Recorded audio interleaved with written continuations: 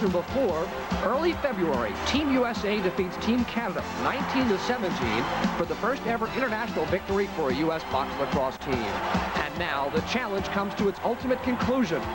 The final contest of the 1985 International Box Lacrosse Federation's North American Challenge Cup. The best box lacrosse players in the world invade the spectrum. Super Series 85 reaches its crescendo as Prism Sports presents the 1985 Super Series. Team USA meets Team Canada for the North American Challenge Cup. Welcome, ladies and gentlemen, to the Spectrum in Philadelphia for North American Challenge Cup Box Lacrosse, the final game of the Super Series 1985, Team USA versus Team Canada. I'm Larry Rosen, joined by Bill Barosa of Team USA. John Tobias of Team Canada will be joining us later on in the broadcast. And Bill, as the two teams come in tonight, Team USA trailing 6-1, but they've proven a good deal to themselves, if nobody else, through the course of the series. Yes, they have. It's a new game for the USA team members. And every game there seems to be a couple of new faces that we've seen playing for the Americans. And it takes a while to get acclimatized to this box game. The Americans are field players. And I think tonight will be the climax of a long season, and it will prove that the Americans can win, and hopefully for a second time in Philadelphia tonight. And again, the last game of the series, everybody's going to go all out for that one last time. Right, there's no reason to hold back, and I think there's a lot of pride at stake here. The Canadians have taught us a good lesson in the game of box lacrosse, and I think over the past couple of months we've learned a lot, and we've learned how to substitute, and I think you're going to see a lot of goal scoring tonight, some excellent goaltending from both sides, but you're also going to see a high-scoring game. That's my prediction. All right, that's the setup, and we'll be back with more pregame activities right after this.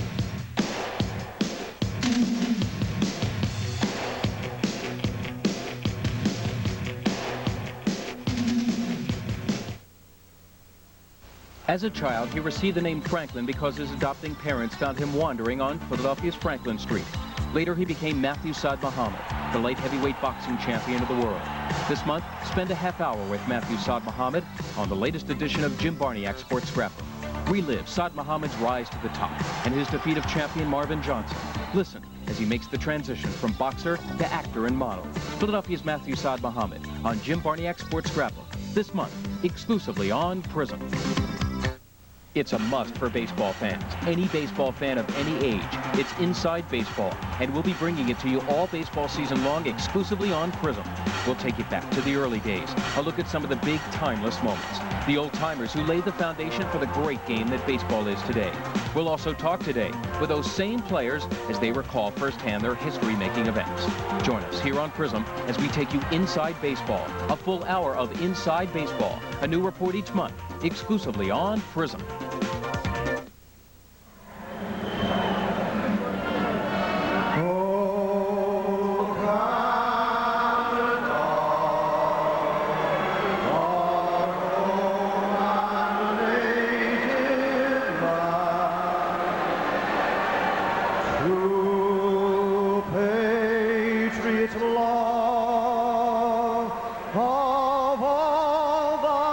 Sons, come out.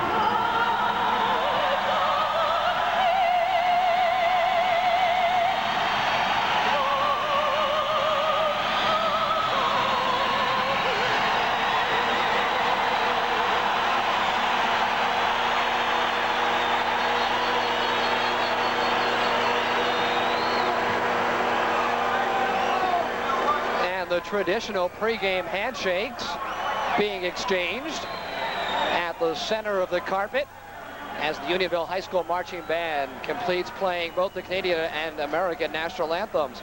We are honored tonight to have joining us on our Prism microphones John Tobias, the technical director of the Canadian Lacrosse Association, as well as Bill Barosa, goaltender with Team USA. First, John, Canada is used to the box game certainly much more than the Americans, and they have indeed dominated the series. Give us, if you could, a little bit of the history of the box game in Canada.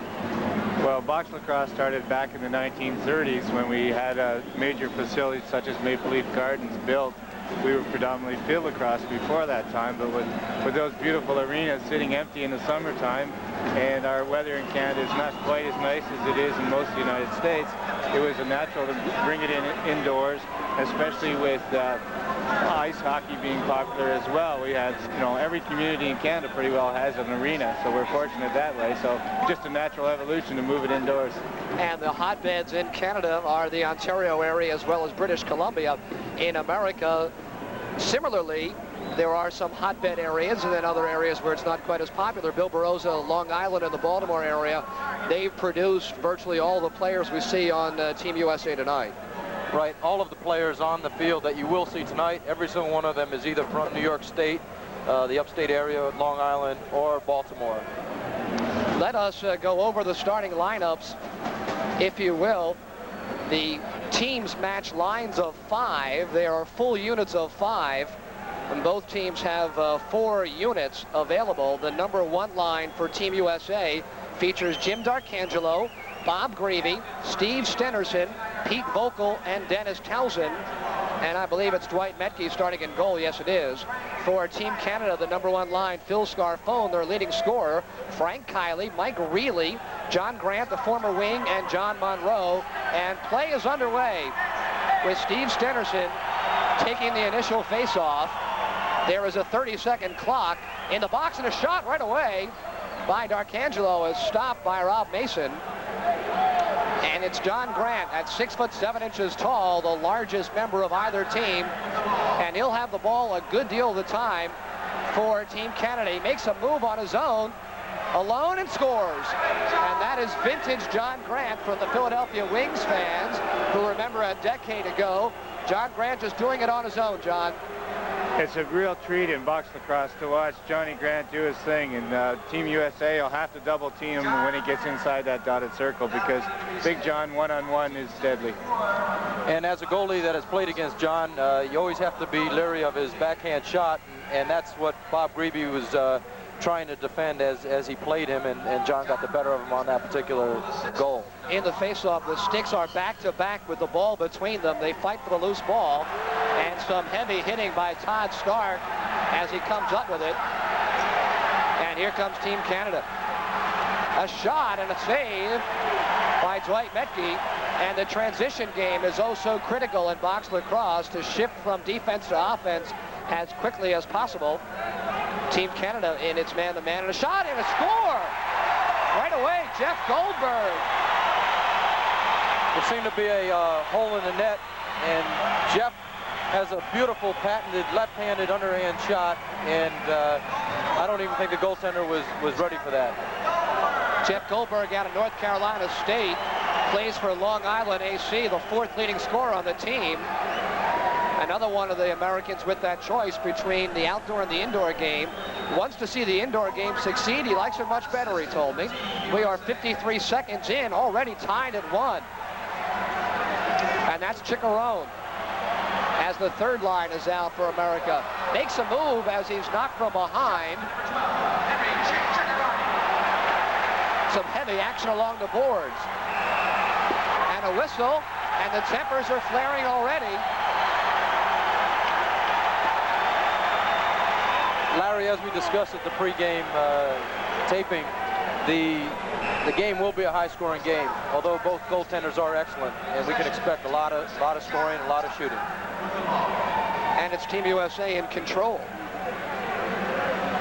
That's Jimmy Darcangelo, the number 1 scorer for the United States team. His shot is stopped. And into the offensive goes Canada. Shot off the back glass and a whistle. It'll be Team USA. No, they're going to give it to Canada. Little over a minute and a half in from the Spectrum. Final game, North American Challenge Cup 1985. Alone in front, and a shot and a nice save.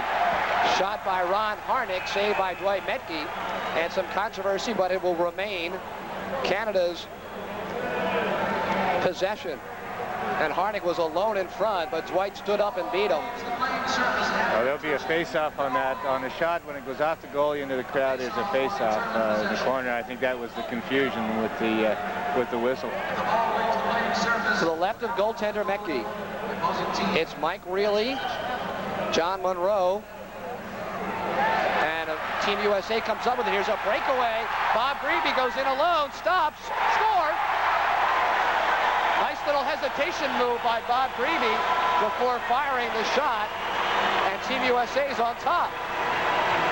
As you can see on the replay, Bob's coming down, and he didn't have much to shoot at, but he did pick a corner out, and Bob is excellent at positioning and placing the ball. Not a hard shot, but well placed.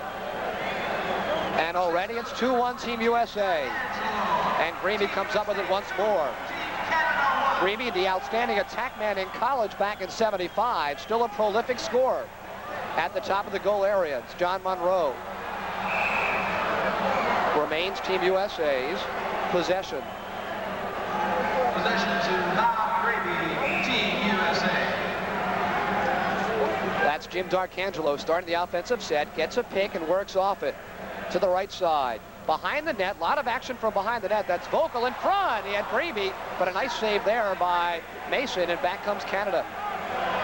Pass a little bit too far for Stu Aird, and a crunching body check on the right side as Metke comes up with it on the outlet to Stenerson. Clear by Dwight Metke. Nice open court takedown there by Stu Aird, but USA in control. But Metke stops the shot from Pete Vogel, and back comes Dave Pirog. USA is trying to change their lines right now. You can see they're in the middle of a change, and Canada almost caught them sleeping there. Nice save there off the stick of Don McDonald, and back the other way comes Barthelme, but he loses control, and now it's picked up in a whistle. A slashing call on Barthelme, and he'll head for the penalty box. What you're going to see by Team USA is they're going to try to get their man-down defensive team in, which includes Steve Stenerson, John Tucker, Denny Townsend, and Steve Way in there. And it will be John Grant, the trigger man at the top, who sets up a shot by Brian Legree, which is stopped. The possession and a nice play and goal by Metke to cut off the centering pass. And it's Steve Way. The penalty is a 2-minute penalty, which, like in hockey, would be ended by a power play goal. And here comes Brian Legree.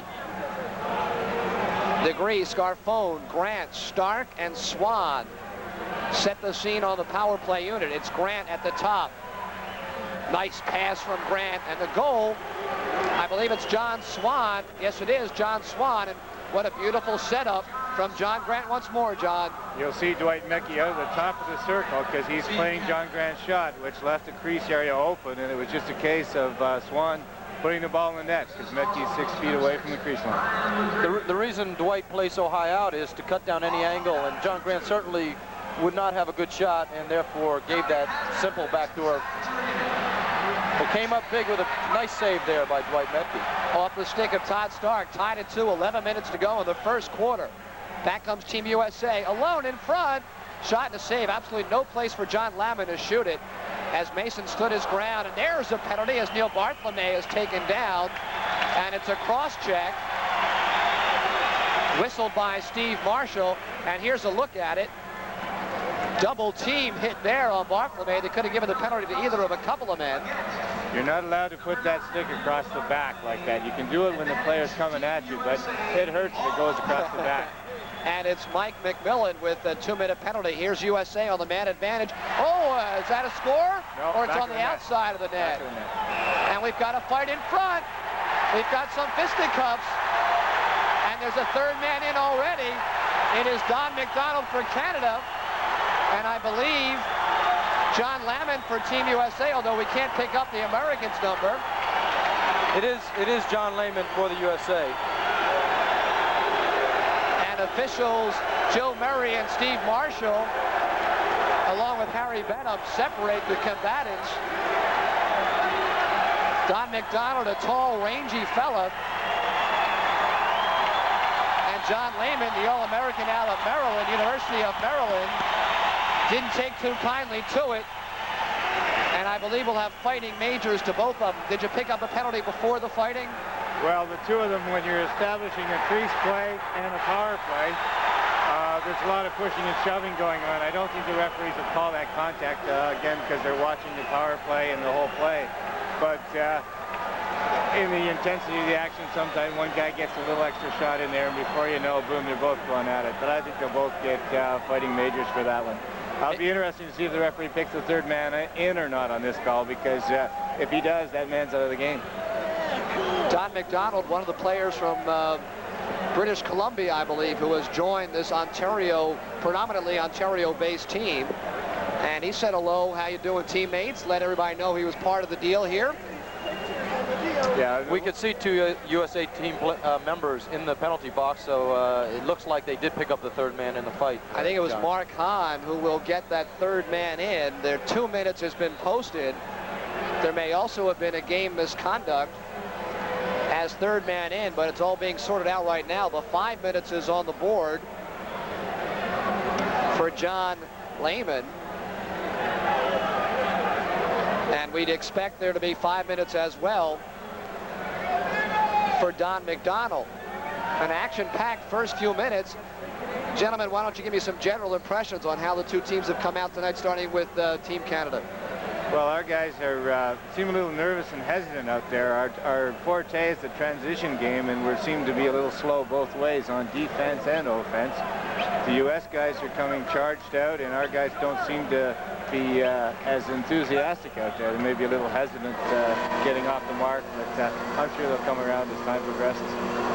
And I think what John is saying is true, and I've seen the Canadians come out a lot faster, but in this box game we've learned that if we relax and wait and save our energy for the later periods of action, that the Canadians are going to build an insurmountable lead. So right now, I think we have to play very aggressive. And let's look back at some of that action in front of goaltender Mason. The original shot was on the back of the net, and some stick swinging, going wild, and pick it up from there, Bill. I think the initial shove did come from the Canadian player, Don McDonald, and he had just pushed back on John Lamont, and I think John was trying to get his position, and as John Tobias said earlier, it's all a part of the game, and they're both trying to stand in the same spot at one time. U.S. still has a power play out there right now, and that was the important thing, that they didn't lose that power play on those penalty calls. Right, because there were penalties to John Monroe of Team Canada for a slash at the very beginning of the effort, along with Mark Hahn. And here's a shot from up top by D'Arcangelo, and a score. No! It is Team Canada possession. U.S. player was in the crease on that when he got the ball. You can't step in the crease and pick up a ball, not like you can in field lacrosse. You can't reach in. There's a minute 30 remaining on Team USA's advantage. Alone in front, a beautiful save by Mekki off Brian Legree. Another one off Legree, and it's USA with possession. 2-on-1. 2-on-1 for Henry Ciccarone. Will shoot, and Mason gives him no angle.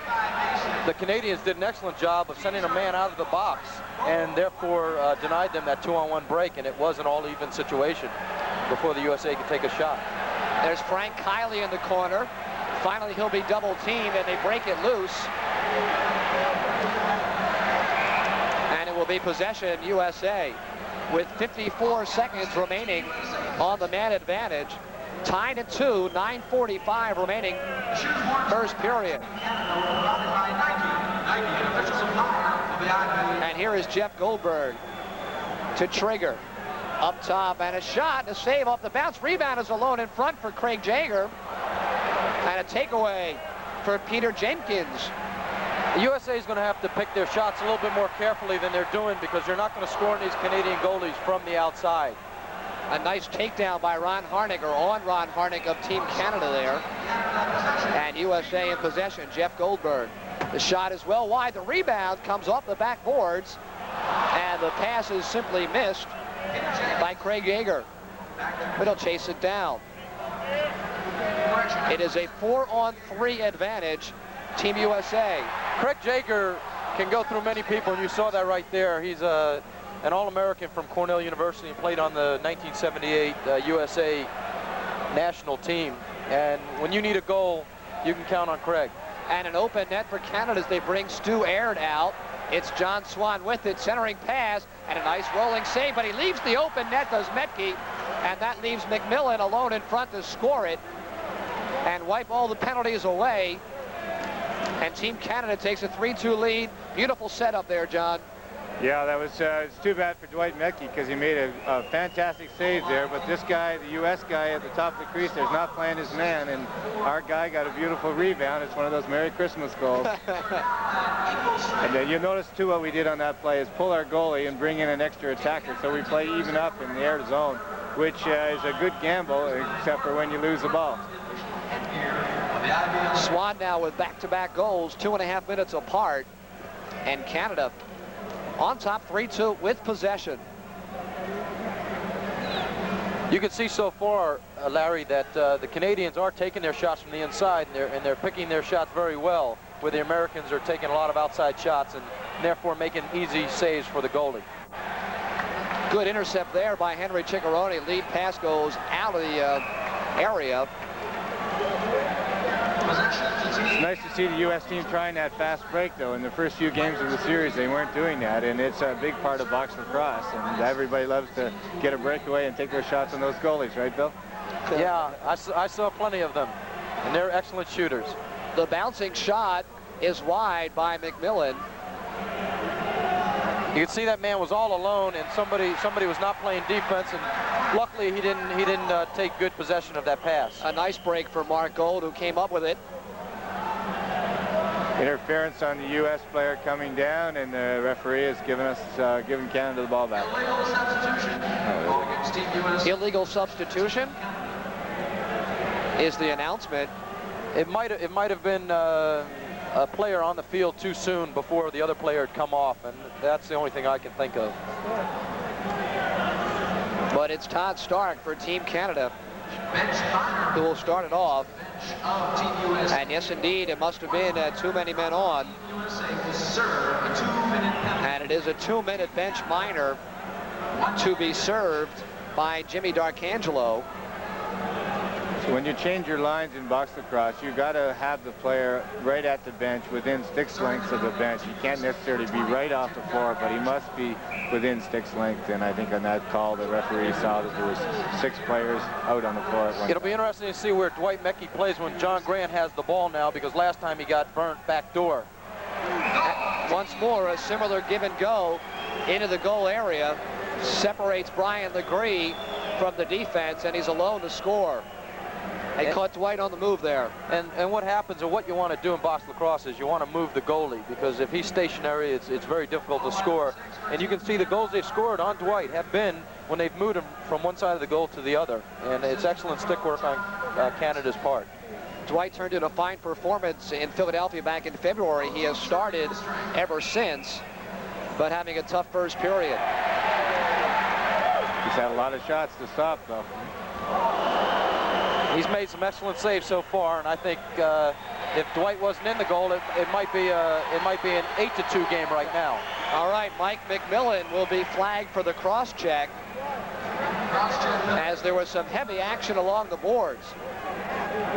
Again, you see that stick contact on the back and from behind, especially near the boards. You can't allow that because it's too dangerous. The player could fall into the boards and get hurt.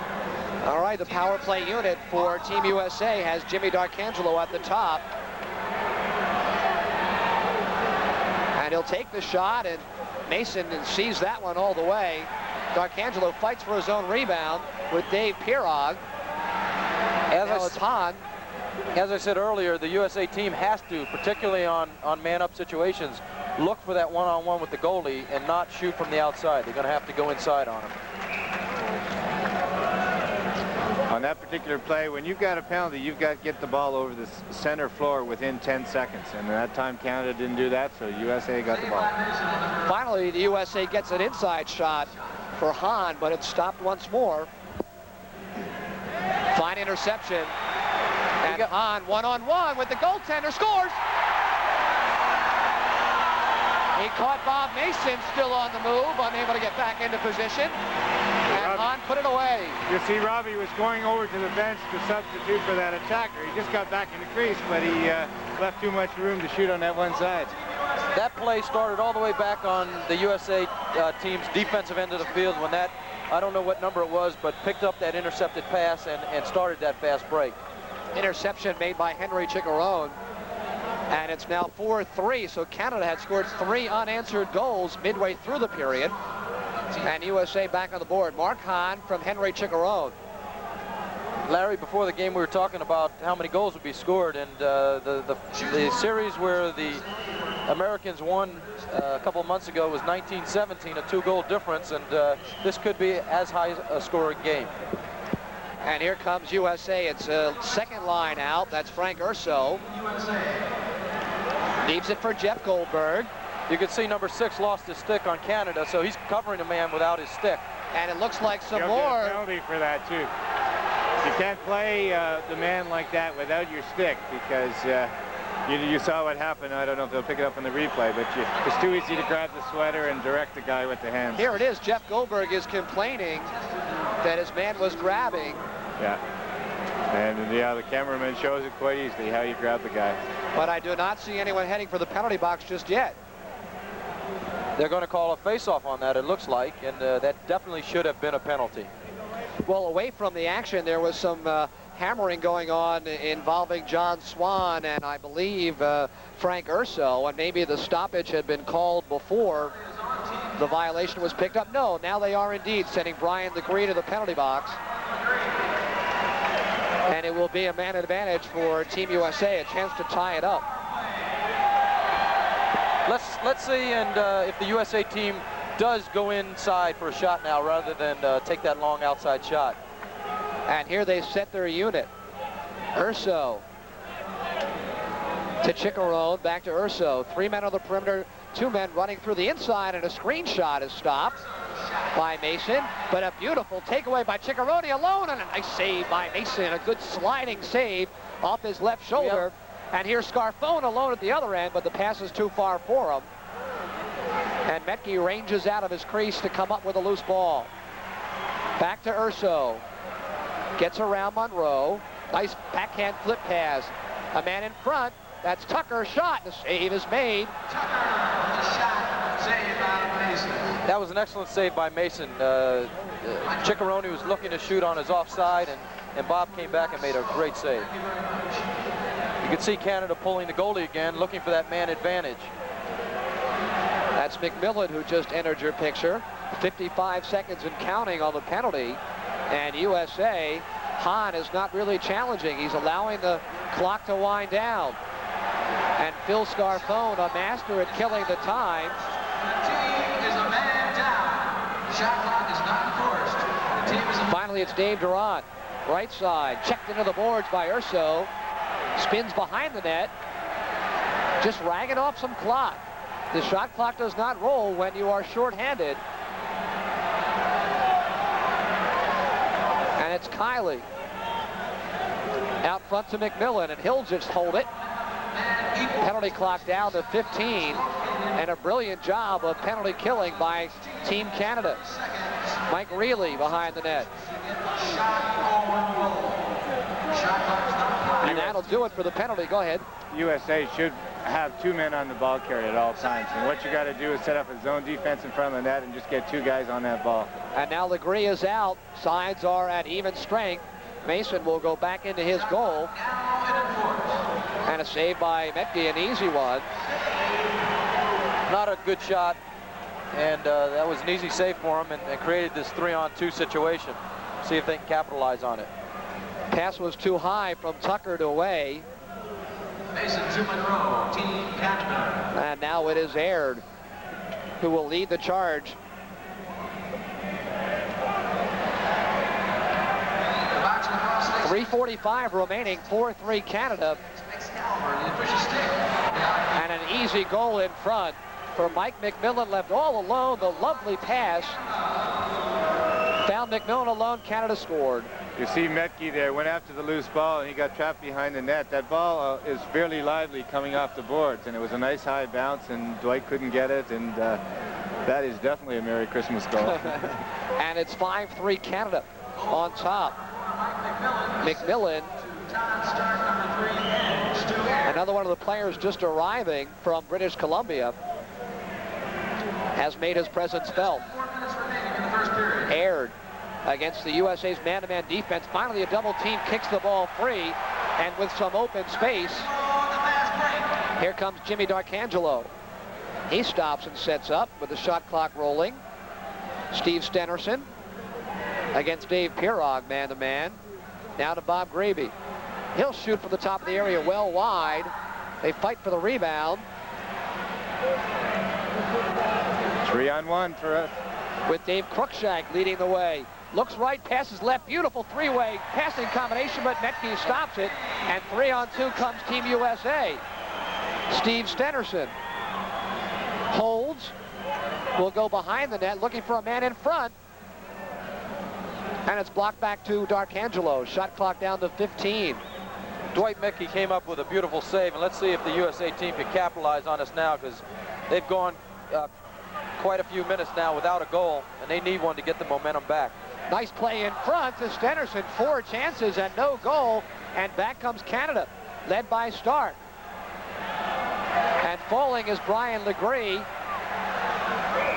and USA will take possession.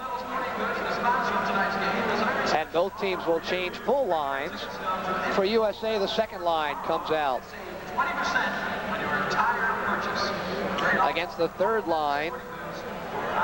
And some banging in front going on between Swan and Urso. No, Urso's got the ball. No shot. And finally, off the ball, the whistle does blow, and that's the confrontation I mentioned earlier, featuring Dennis Way. There was some excellent defense played against Frank Urso that time, and just denied him any good angle to take a shot. Team USA has kept Phil Scarfone, the most prolific scorer from Team Canada, quiet early on. But there he works down the right side, out back to Monroe, gets it back, the shot off the arm of Metke, and Scarfone with it once more. Goes 1-on-4 and scores. My goodness, a defensive lapse by Team USA allows Scarfone to walk out in front and score. Should never let a shooter like Scarfone have such an easy time of getting the shot away. And there was 3 guys there, and Scarfone should have been laying on the carpet and not shooting the ball at the net. I think you heard you say about his lack of scoring there. Sorry about that. And it's 6-3, Team Canada with 1:25 remaining. And here comes John Grant. Not tough to spot Big John when he's got the ball. Nice pass in front. The bounce shot is from Mike Reilly, controlled by Metke. Here comes USA. Chickarone will go in. He'll look for a pass instead of the shot, and Hahn can't come up with it. And now it's Mark Gold fighting for it. Loose ball picked up by Gold. And Team USA, with just 10 on the shot clock, will look for something quick here. That's John Tucker in front. And the bounce shot is covered by Mason. And 45 seconds remaining in the first period. Team Canada on top 6-3 with Mike McMillan, one of the goal scorers. Plays give and go. Canada's working a lot more from behind the goal than they ever did before in previous games, and that's more accustomed to the USA type of style of play. With just 5 on the shot clock, a weak one from the center of the pitch, controlled by Metke. Here comes Tucker with 8 on the game clock. I wonder if he realizes there's just 5 now as he goes back to Darkangelo. 3, 2, 1, and that would not have counted had Chickarone's shot gone in. So that's the end of the first quarter with the score, Canada 6, USA 3. We'll be back with second quarter action in just a moment.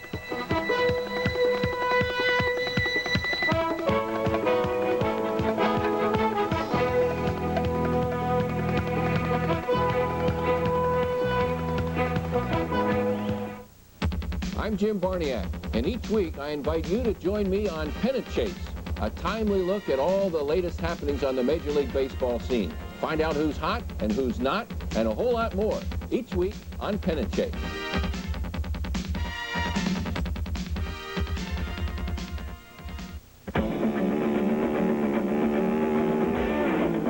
His name is Lyle Swan. He's racing against the clock. Stand by for automatic. In more ways than one. Perimeter violation, sector 4. Terry, is that for real? Because this ride, instead of taking him 1,000 miles forward, will take him 105 years backward. Dr. Savage, wheel! What? Perimeter violation. Aboard. Stand back. If I'm right, sir, he stepped out around 1875. Man, am I glad to see you. He just happened to be in the right place at the wrong time. I was wondering if maybe you could show me on this map here where I am. And fate gave him a present. Hey, you okay? Of the past. Only trouble was, he didn't know it. Time Rider, the adventure of Lyle Swan. General Lee had that machine, we won the war. The past-present fantasy of a desert racer, a beautiful gunslinger. Where are you from, my friend? Canoga Park, L.A. And assorted bad guys. He jumped up and down on it. Up and down. Kicked it. An off-road racer who's way, way off the road. And back live at the Spectrum, awaiting second quarter action. Canada scored 5 of the last 6 goals in the first period. And it was Big John Grant with a goal and 2 assists, really leading the offense for Canada. But Bill Barossa, it's been not a problem with goaltending. There have been some problems defensively in front of Dwight Metke.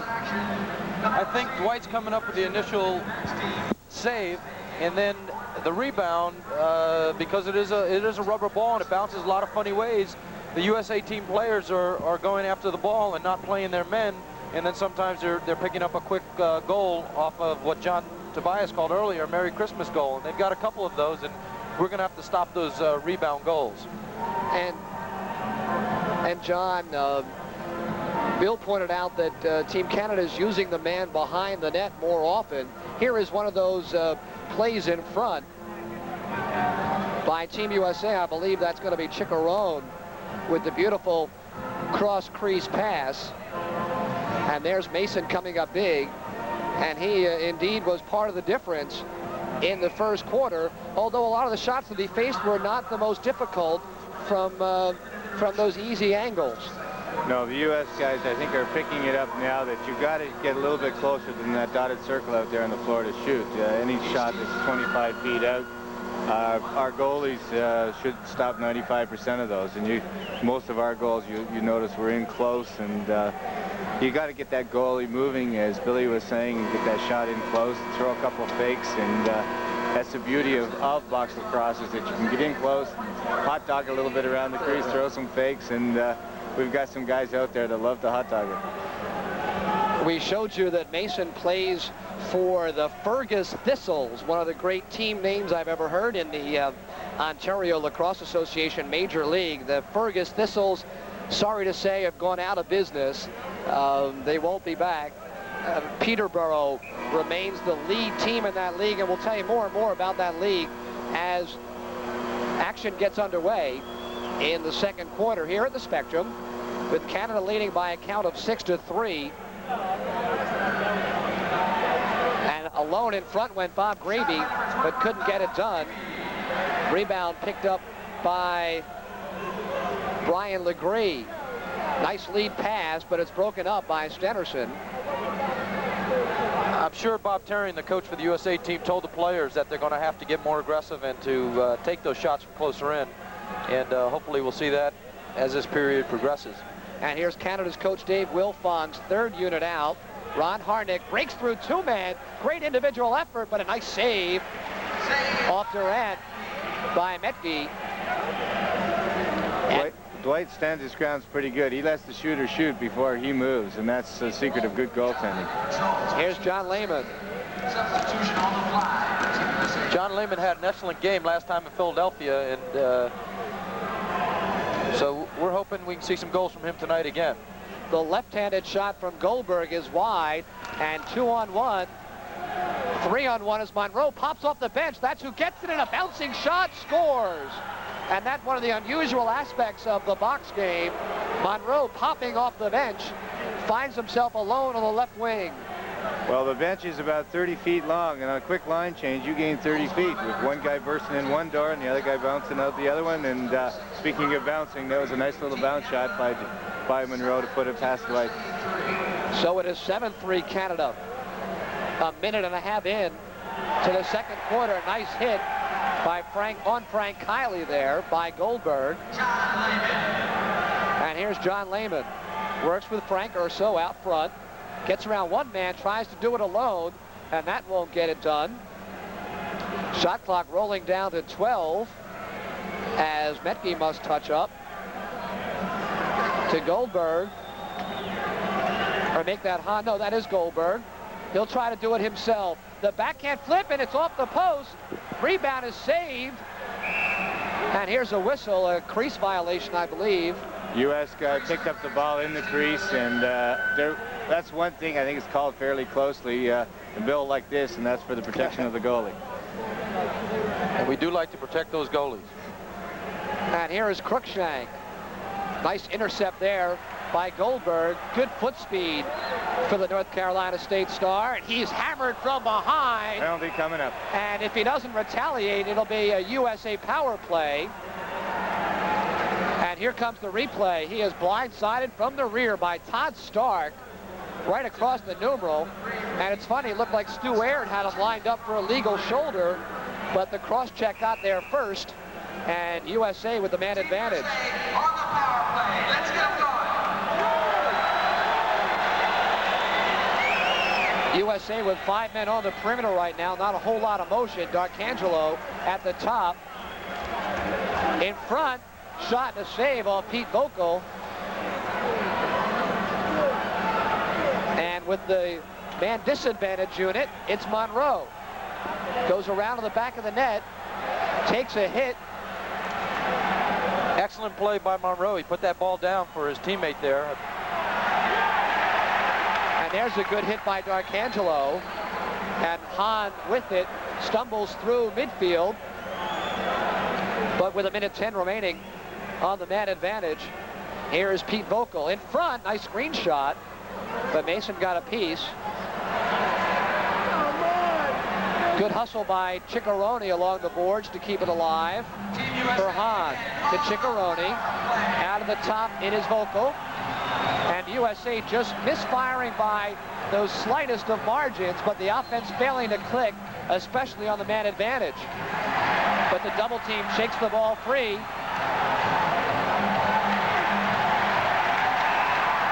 And there's a hand pass violation. Or a push from behind, rather, on USA.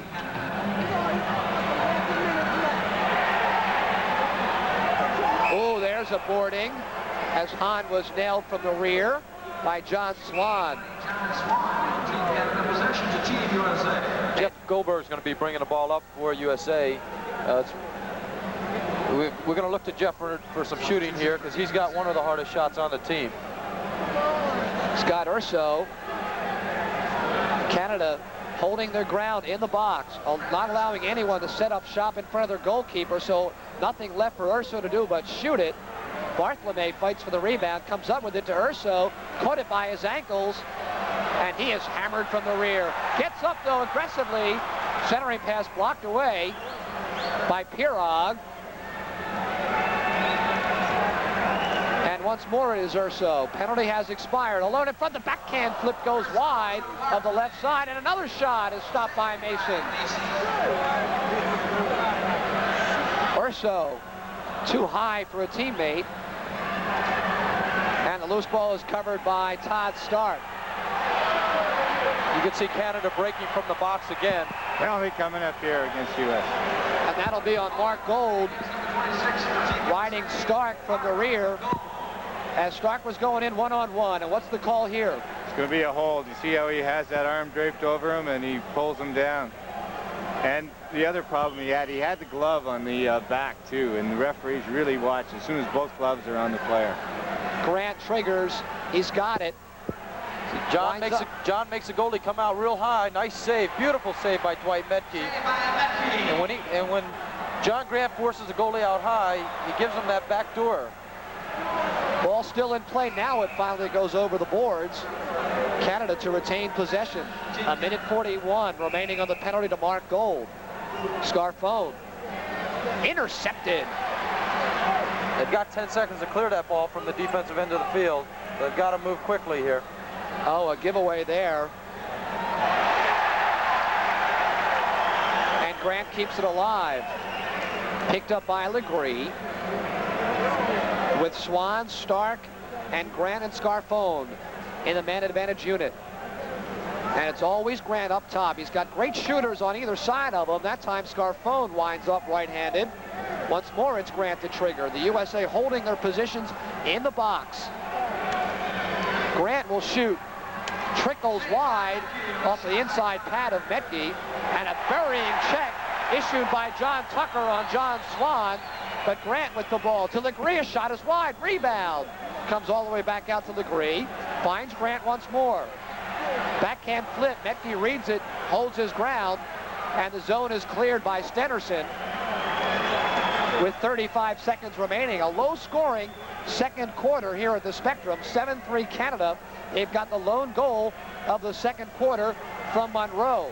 Grant to Scarfone, the shooter, and a nice save by Metke once more. They challenged him high, and he was equal. Good passing play. Scarfone from Grant, and in front it goes to John Swan for the goal.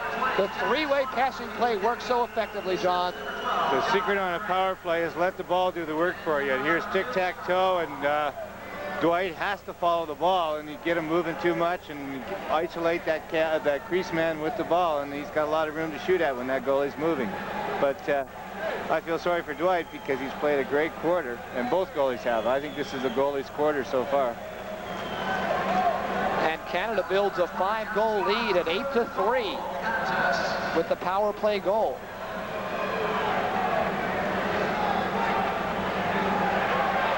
The fourth line out for USA. Metke gets caught in the corner. They're pushing and shoving, and everybody comes to the aid of the goaltender. Now some sticks go up. That's Dave Cruikshank for Team Canada, and Mark Gold for USA. And it looks like there's someone down on the carpet in the left corner. To fix the carpet. No, the carpet has come free of that green tape.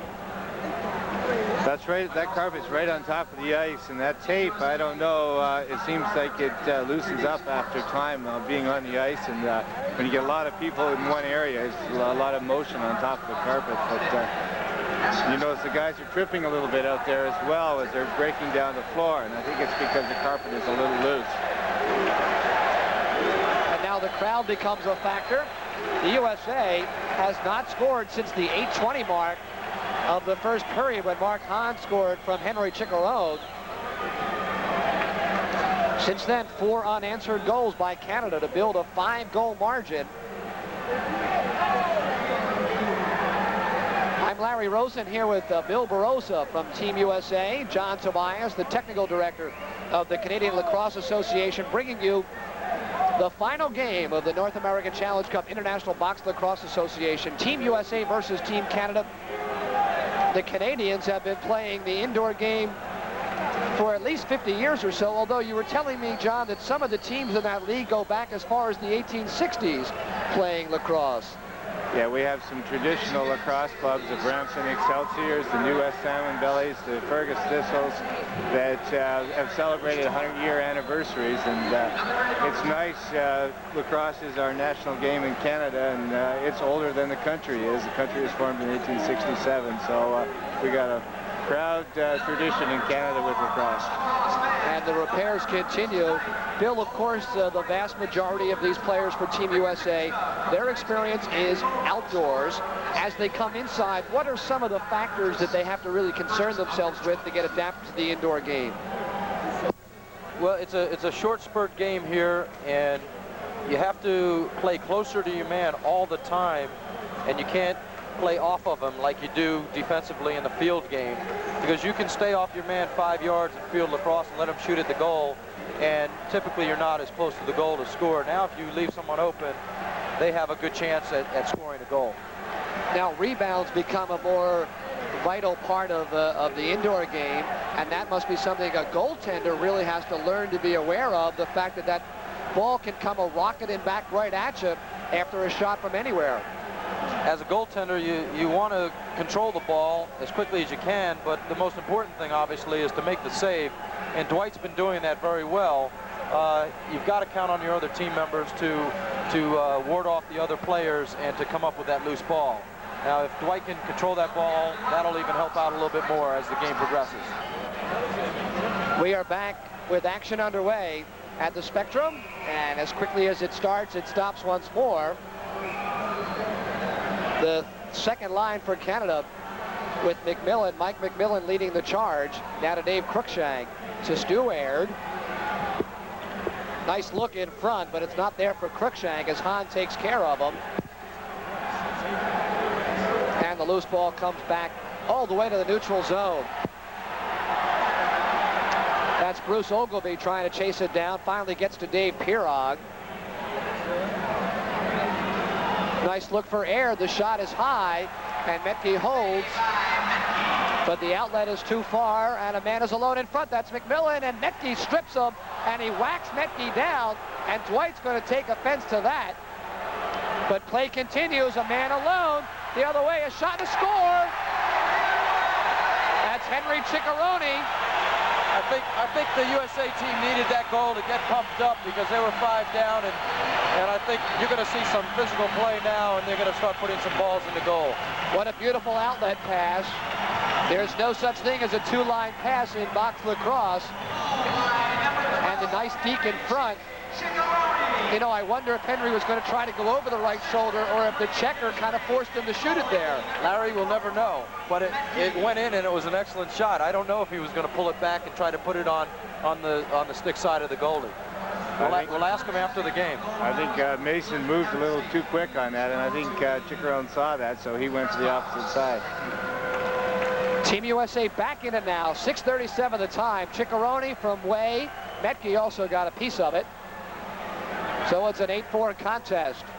As we said earlier, Larry, that they've got to shoot from the inside, and that shows that when you get in close, you can put the ball in, but certainly not from the outside on Bob Mason. He's too good. Legree's pass is picked off, kept alive, and Metke will come up with it. And if they hustle, there could be a break. No, Metke can't get rid of it. So the outlet comes to Pete Vocal as the #1 line for Bob Tarring, and the Team USA is out. John Lehman works alone in front. The shot at knee height is blocked as Mason just simply stood there complacently and knocked it aside. Harnick being worked over by Bartholomew. Drops it off to John Swan. And Canada will change on the fly. Here comes Scarfone. He'll be joined by Frank Kiley, Mike Reilly, John Monroe, and John Grant, the top unit for Team Canada. At a little bit of a walk-up pace right now. The shot clock down to 3, 2, and I was waiting for John Grant to take the ball to the goal because the only USA defender that was close was Jeff Goldberg, and that would have been quite a matchup. There's a penalty to Canada that time, so the USA will have the power play. And John Grant in the box. Jeff Goldberg out front. Loose in front. Score!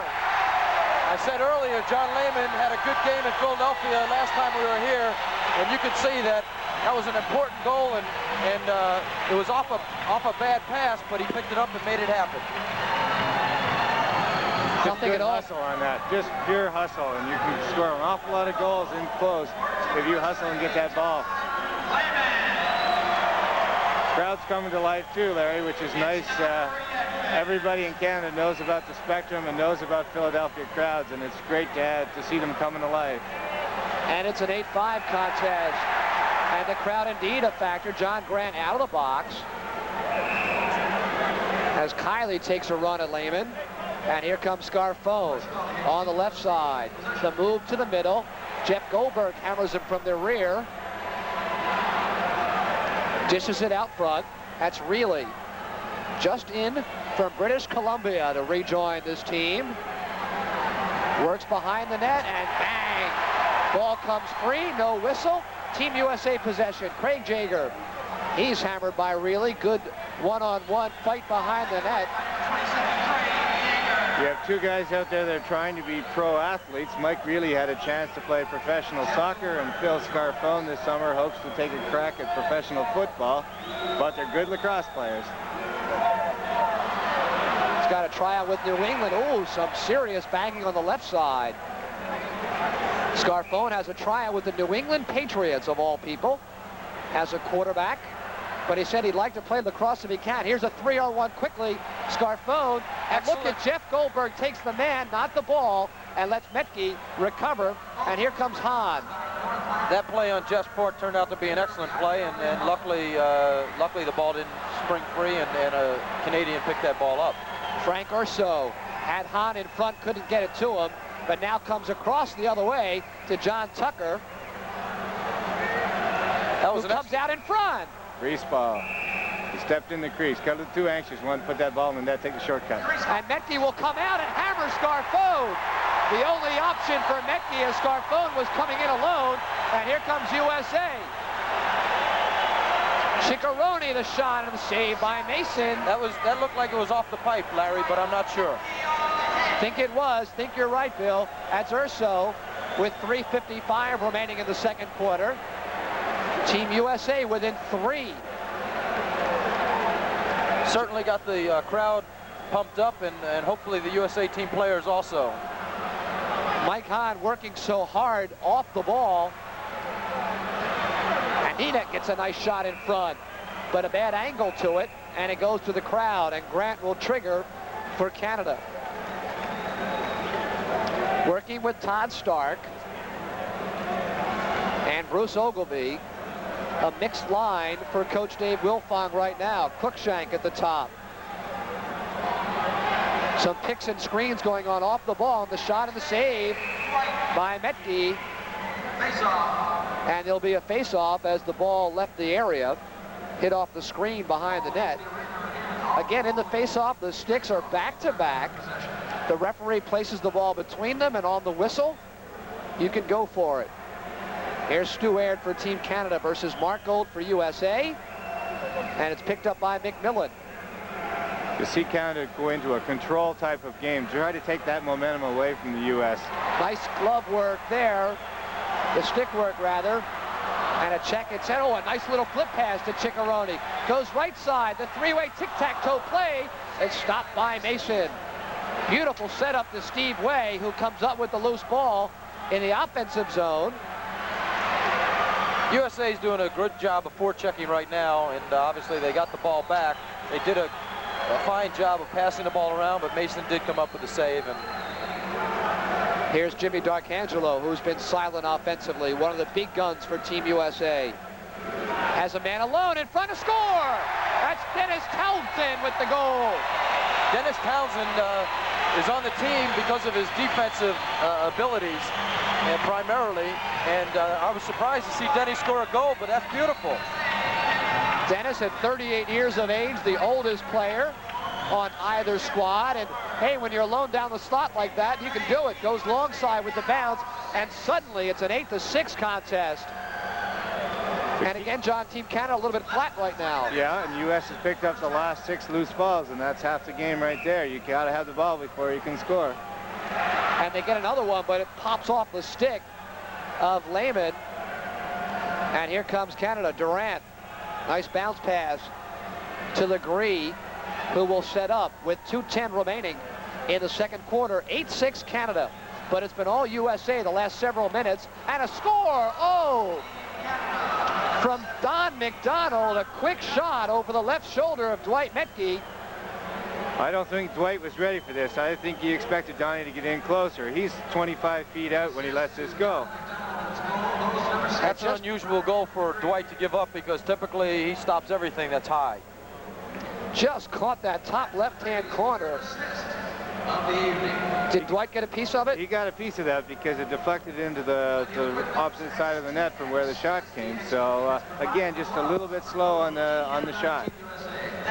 Off his inner elbow to the right corner, McDonald from Legree. Legree now with 3 assists in the contest, and it's 9-6 Canada. It's a big goal for Canada. It'll slow down the U.S. momentum, but there's 2 minutes left to go in the half. Now the U.S. will have to come right back and score quickly. And another goal by John Swan, who's been a true revelation through the early going. A nice one-on-one move in front, and Swan puts it away. Little sloppy defense here. The guy got to Johnny a little too late, and then he let him go. And Johnny, a nice underhand shot to pick the corner. Just kept working and working, finally got the shot away. Swan, his 4th from Legree, his 4th assist. And it's 10-6 with 1:35 remaining in the second quarter. And Jeff Goldberg will set the scene.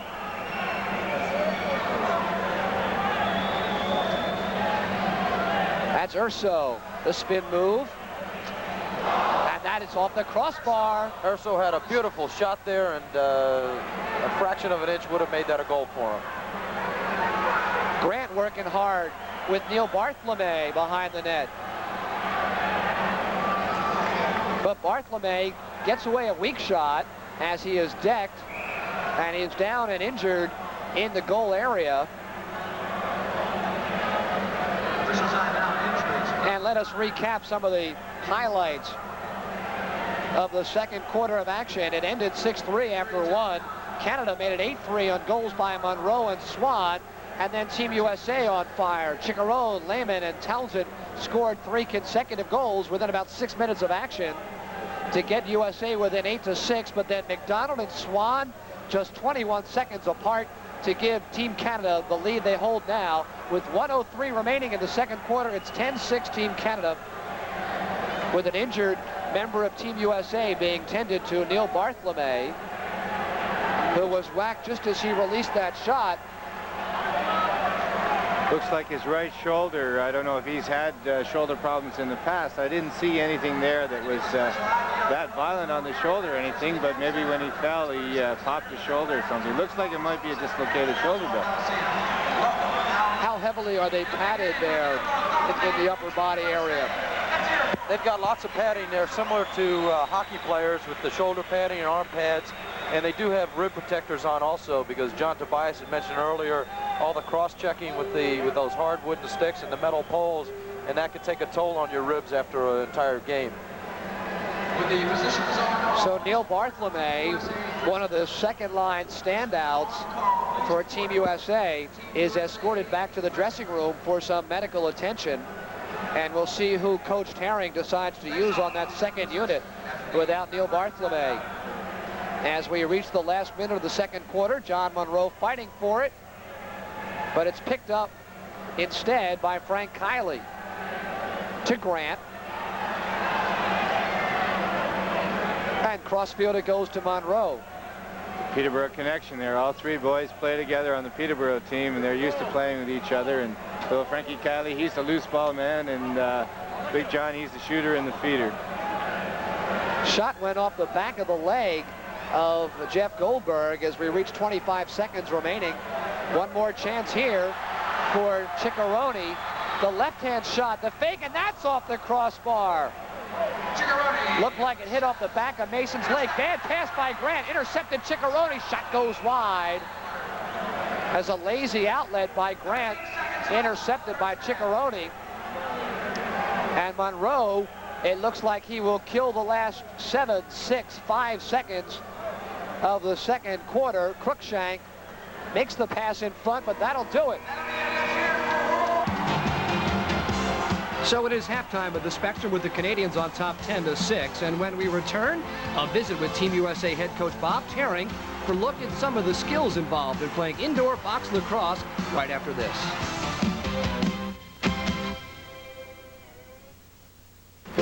Sergeant Major Zach Carey was not your everyday commuter. You're the only one in the U.S. Army who owns his own fully operational Sherman tank, for one thing. Are you kidding me? I thought everybody had one of these. The Army was his career. What sort of father is your dad? Cross between George Patton and Danny Thomas. But peace was his profession. Hey, you don't want to do that. Is that right? How would you like it if somebody went? Until he got on the bad side of the sheriff, who didn't have a good side. Somebody marked up your face when you was on duty. And who was it marked you up when you was out representing me? I want to know everything there is to know about that, Sergeant Major. William Carey. Yes, sir. This your lockup? Yes, sir. It'd be enough to get that little boy of yours at least 2 years on the county farm, maybe 3. I didn't do anything. Somebody else's lock was on my locker. Somebody else. I know the sheriff is using you to get to me. Now they've got his son. Let any more lawyer noise, and that kid's going to be shot trying to escape. And they've got the odds. But he's got the tank. Oh, Lord. I do believe I got you covered. Oh, geez.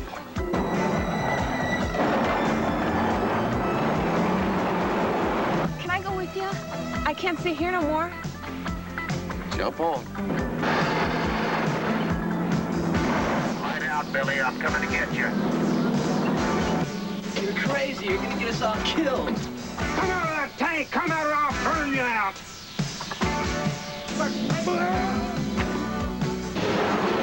Tank. We are at halftime of tonight's Super Series contest, and Bob and I thought it would be a good time to go over some of the rules and some of the specifics of the game for the uninitiated, and also some of the differences between the American and the Canadian style of play. And Bob, right off the top, even the very stick that the players use are different for the two teams. Well, Larry, yes, they are basically. The Americans are using a traditional plastic stick, which is supplied by STX, one of our major sponsors. The Canadians are using primarily the wooden stick, which has been traditional with box lacrosse since really its inception. The differences in play are that the wooden stick allows for a deeper pocket, under the rules, a little better control. The plastic stick allows for better balance, which helps our guys to go both ways, both hands. So it gives them both the advantage in their own game. As the audience has seen, possession and ball movement such a critical part of successful box lacrosse play, and there's a different style in the two teams just in terms of how they move the ball about. Oh, no question. The Canadians traditionally play either a standard left hand or a standard right hand set. They come down, they play one-handed. Very seldom will you ever see them change hands. They will swing the ball to the stick to a single hand, but bring it back. The Americans will come down, keep the stick as close to the head as possible, but change hands. All right, so they have the ability to cut, to move to a different side of the field, and move the ball back again. All right, so that is really the basic differences. And that also sets up differences in terms of shooting styles and what to look for from the shooting angles. No question. The Americans have, as we've seen already, tend to like to shoot on the run a lot, okay? And one of the things we're trying to correct in their style is that they tend to shoot from a sidearm position or three-quarter position. The Canadians, if you watch, will do a lot of faking, but when they finally shoot, they shoot straight down, which gives that narrow part where the goalie's not covering, you have that full distance to get to. So yes, there's definite differences in shooting style. And for the people that remember the box lacrosse game as played in Philadelphia, there are some rule changes we'd like you to go over that have somewhat civilized the game a little bit? I think that's probably a good way to put it. Quite frankly, when we sat down to look at the rules, Larry, we felt that the traditional Canadian box game was good as it was, but that there were so many differences in terms of an adaptation for the Super Series that the field players could not adapt to as quickly. So we made some changes in the rules. Now basically what we've done is take out things that we thought would major injuries, and that is the hard push from behind, the hard boarding. Now you can run with the player along the boards and force him into the boards and take the ball away from him, but you can't take a running start and knock him down. The cross check has been changed somewhat, although it's still legal. You cannot project on a man and knock him off his feet, but if he comes into you on a defensive position, now you have equal pressure, now you can push him off. So what we're doing is eliminating that wooden stick or plastic stick handle from really damaging someone. Other subtle rules that have been changed really are we have moved the goals forward to hopefully help the American game a little bit by getting some more play behind, which causes cutters and feeds from behind. Other than that, you're going to see a lot of body contact. You're going to see an awful lot of checking because we have put the slap check or poke check into the game, which the Canadians took out a few years ago. So they're going to be allowed to poke the glove and the stick. And again, the referee's judgment is that as long as it's on the glove and on the stick, it is still a good check. If they get up in this area, then they're going to call a penalty. That is a judgment call. Yes. And our thanks to John Grant from the Canadian team and John Lehman from the USA team for their help with our clinic this evening. And we'll be right back with more Box Lacrosse after this.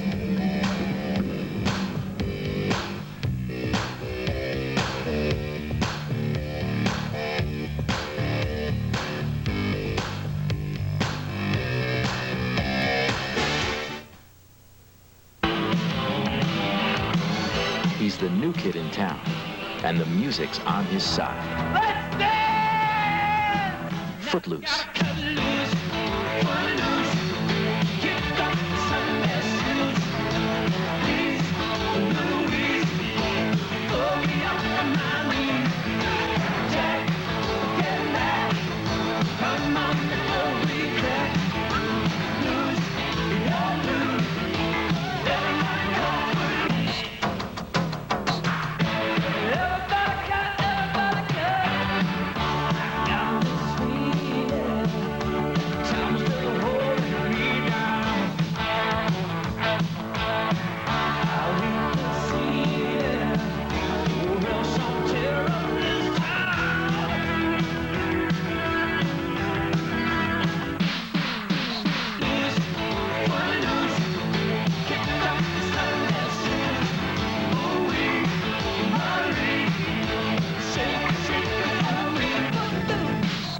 Pictures presents Footloose.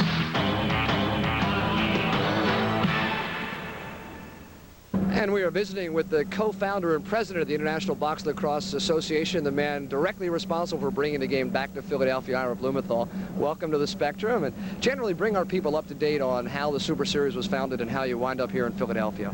Okay, first of all, the Super Series of Box Lacrosse is basically a celebration of box lacrosse. We believe that box lacrosse or indoor lacrosse is the most marketable form of the oldest original American game brought here by the Native Americans hundreds of years ago. Philadelphia has a proud tradition in terms of first field lacrosse. It's a hub, it's a hotbed, but more importantly, 10 years ago, there was another league, another box lacrosse league, the National Lacrosse League, and the Philadelphia Wings at that point was there were 4 runners of the league, averaged 10,500 fans, and unfortunately the league failed, but there's still a lot of fervor here, and we're back. And by and large, the team is from the general area. I guess Philadelphia would be in between the two hotbeds of lacrosse in the Baltimore and the Long Island areas? Yeah, no question about it. Most of our players are currently practicing in Baltimore, although the team is made up of Baltimoreans, Philadelphia players, Jersey players, upstate New York players, Long Island players.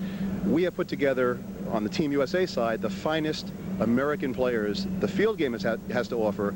The big question right now is how long will it take for field lacrosse players to make the conversion indoors? And at the end of the Super Series, what would you like to look back on and say we've touched off a nerve that you maybe hit in some of these cities? Okay, first of all, we have a 3-point plan. Plan number 1 is to have a Super Series that'll last for many years to come. Team Canada, Team USA for the crown in North America, the 2 top lacrosse powers in terms of countries. Number 2, the bringing in a World Cup game where Australia, Great Britain, Canada, US, and the Native American contingent can also compete annually in terms of World Cup, world-class box lacrosse. And finally, plan number 3, or point number 3, is a bona fide professional league, bringing back professional lacrosse to the United States and Canada. And there is some tentative plans for there to be a Spectrum appearance in October of this year? Yeah, the way we were, basically right now, we are putting together a World Cup to come back early October where Canada, Great Britain, Australia, the United States and a Native American contingent will compete for top of the world, okay, in box lacrosse. All right, thank you, Ira. So it is clearly not just the one-shot hit in Philadelphia right now. Keep your eyes open. Going to be more box lacrosse in Philadelphia in months to come. And we'll be right back after this.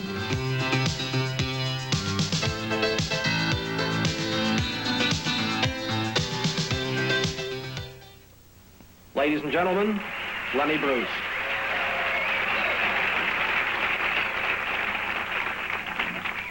How do you people really feel about doing it? Isn't that about the dirtiest thing we could do to each other? He was a comic, a cynic, a satirist, a criminal, a genius. You don't have to applaud. Really, it's really weird. It's enough that you're just listening. You know, it's so strange. I used to get fired for doing this. And, like, now I'm getting a following, right? He was called funny, filthy, honest, obscene, brilliant, sick. Work clean, Lenny. Don't resort to using dirt. Time magazine called him the sickest of them all. Everybody's going to be warned about you. You're finished. Finished in show business. Oh, no, not that, not that. The New York Post called him a kind of prophet. No, man, I'm just a comic. Ed Sullivan described him as dynamic and original. We all want for a wife a combination Sunday school teacher and $500 a night hooker. Hot, honey, holla, let's hear it, everybody. Dorothy Kilgallen said he was a brilliant, moral man. Don't you want to tell me about the Chinese chick in the club? You didn't know I knew that, did you? I don't want to play this stupid game. Playboy called him the most controversial comic of our generation. I am totally corrupt.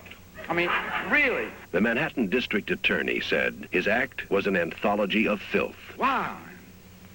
Have you ever seen so much blue in all your life? I seem to be under a little pressure here tonight to cool my act. He was arrested numerous times for obscenity. Man, what is that? Makes you think you've got the right to say a word like that in a public place. I didn't do it, man. I just said it.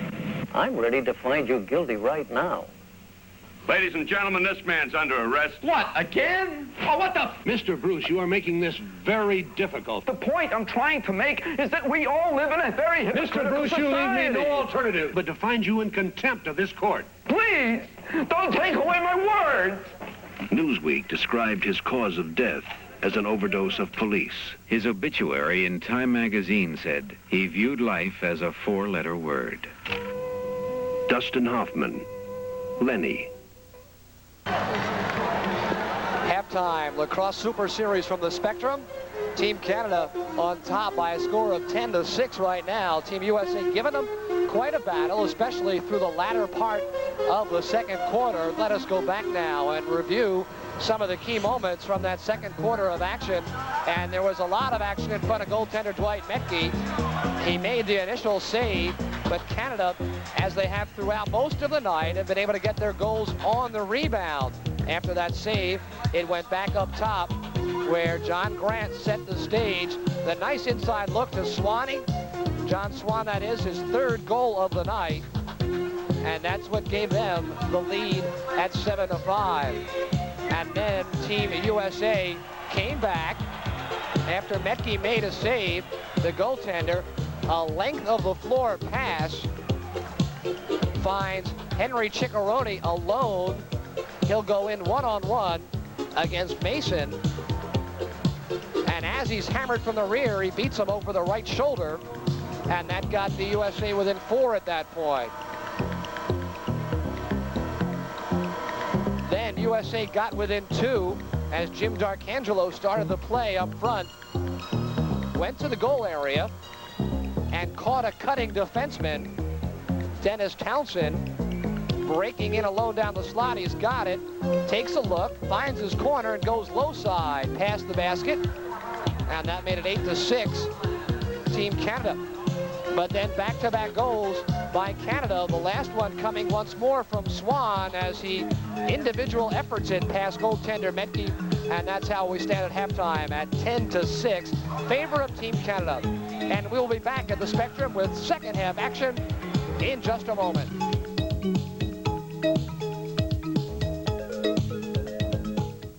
The Phillies get in full swing in May, and Prism's got exclusive coverage of games against Houston, Cincinnati, Los Angeles, San Francisco, and San Diego. Keeping you up to date on what's happening elsewhere in the league is Jim Barniak with the weekly Pennant Chase series. And there's Inside Baseball, returning to Prism in May, with a look at great moments from baseball's past and some of the stars who helped keep the sport one of America's favorite pastimes. Matthew Saad Mohammed, former lightweight champ, talks about his boxing career and about his aspirations of becoming an actor and a model when he's Jim Barniak's guest on the May Sports Scrapbook. Prism's May sports schedule also means wrestling from the Spectrum, live boxing from the Sands. You can even look for coverage of the Box Lacrosse finals when Team USA meets Team Canada for the North American Championship. And of course, there's always Prism Sports, the nightly series that brings you all the latest sports news between programs every night. It's Prism in May. The excitement never stops. And we are back anticipating third quarter action. Lacrosse Super Series from the Spectrum, Canada leading Team USA by a count of 10-6. Let's recap the first half of action quickly. Canada got the first goal off of John Grant, and then Team USA scored a pair to go up on top 2-1, and then Canada, behind John Swan's back-to-back goals and one by Brian Legree, took a 4-2 lead. They led it after one quarter at 6-3. They extended the lead to 8-3 as John Swan scored his third goal with 6 minutes 31 seconds gone in the second quarter. Then Team USA 3 consecutive goals. The last one by Dennis Townsend cut it to 8-6, and then McDonald and Swan scoring back-to-back in the last 2 minutes and a half for Team Canada leaves us at 10-6. And we welcome back John Tobias and Bill Barossa. Both teams have made goaltending changes. Bill, the goaltender, will ask you first to comment on the new goalie in the nets for Team USA. No, they're going to stick with Dwight Metke. I thought I saw Buzzy Sheen out there. Dwight Metke in there. It is Sean Quinlan now, John Tobias in goal for Team Canada. Sean from Peterborough, Ontario is Man Cup champion. He's one of our top goalies, and our coaching staff has always felt that we'd like to split the work right down the middle with our two goalies. And we're told that Quinlan is the money goaltender, the guy you'd like to have in there down the stretch in close contests. And we're underway with Canada in possession. I think Dwight Metke had an excellent first half. He had some unfortunate goals that were rebounds, and there's another save for Dwight. So there's no reason to change him for the second half. And it looks like an infraction is going to be called, and they pull the goaltender for the extra attacker, and now the penalty is whistled. A high stick, I believe, called by Harry Benham. Anytime that stick comes up around the head and contact's made with the helmet or the neck, the referees call that pretty close, because again, you want to avoid injuries at all costs.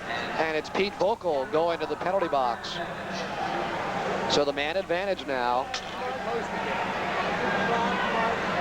Metke ranges far out of his goal area, takes the man, not the ball, leaves the ball for John Tucker. They have 10 seconds to clear that ball now because it is a man down, so he was afraid he couldn't clear it, so he did just pass it upfield. With a minute and a half remaining on the man advantage, John Grant, who had a big first half.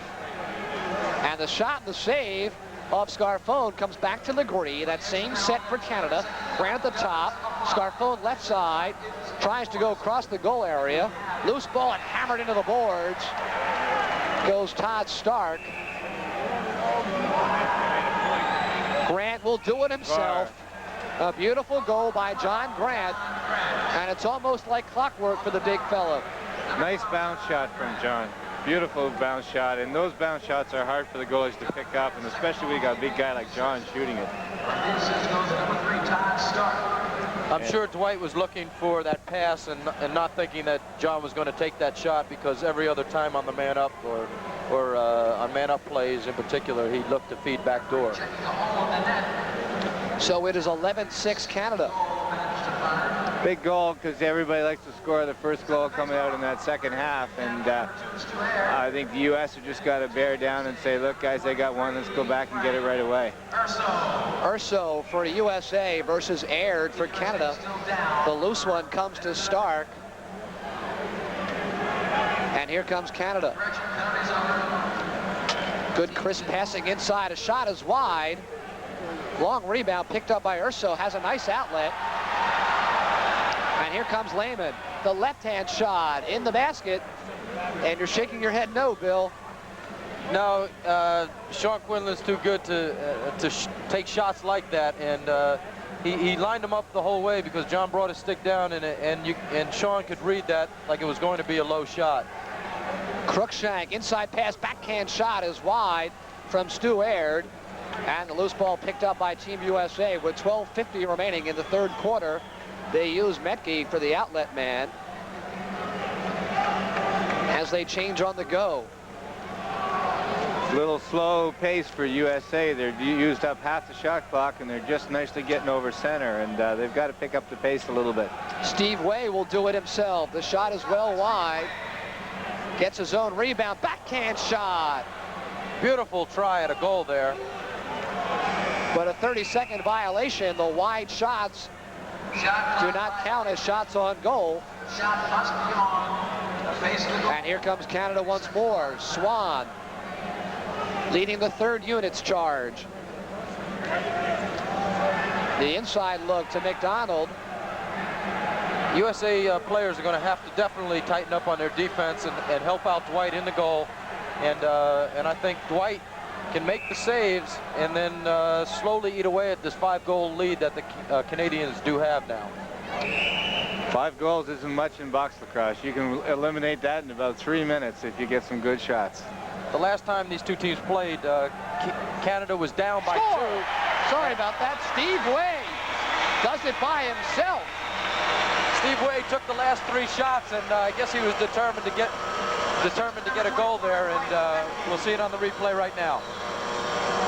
Steve out of Johns Hopkins University, one of many members of this team from Johns Hopkins, and that's one that you don't expect to see Sean Quinlan yield.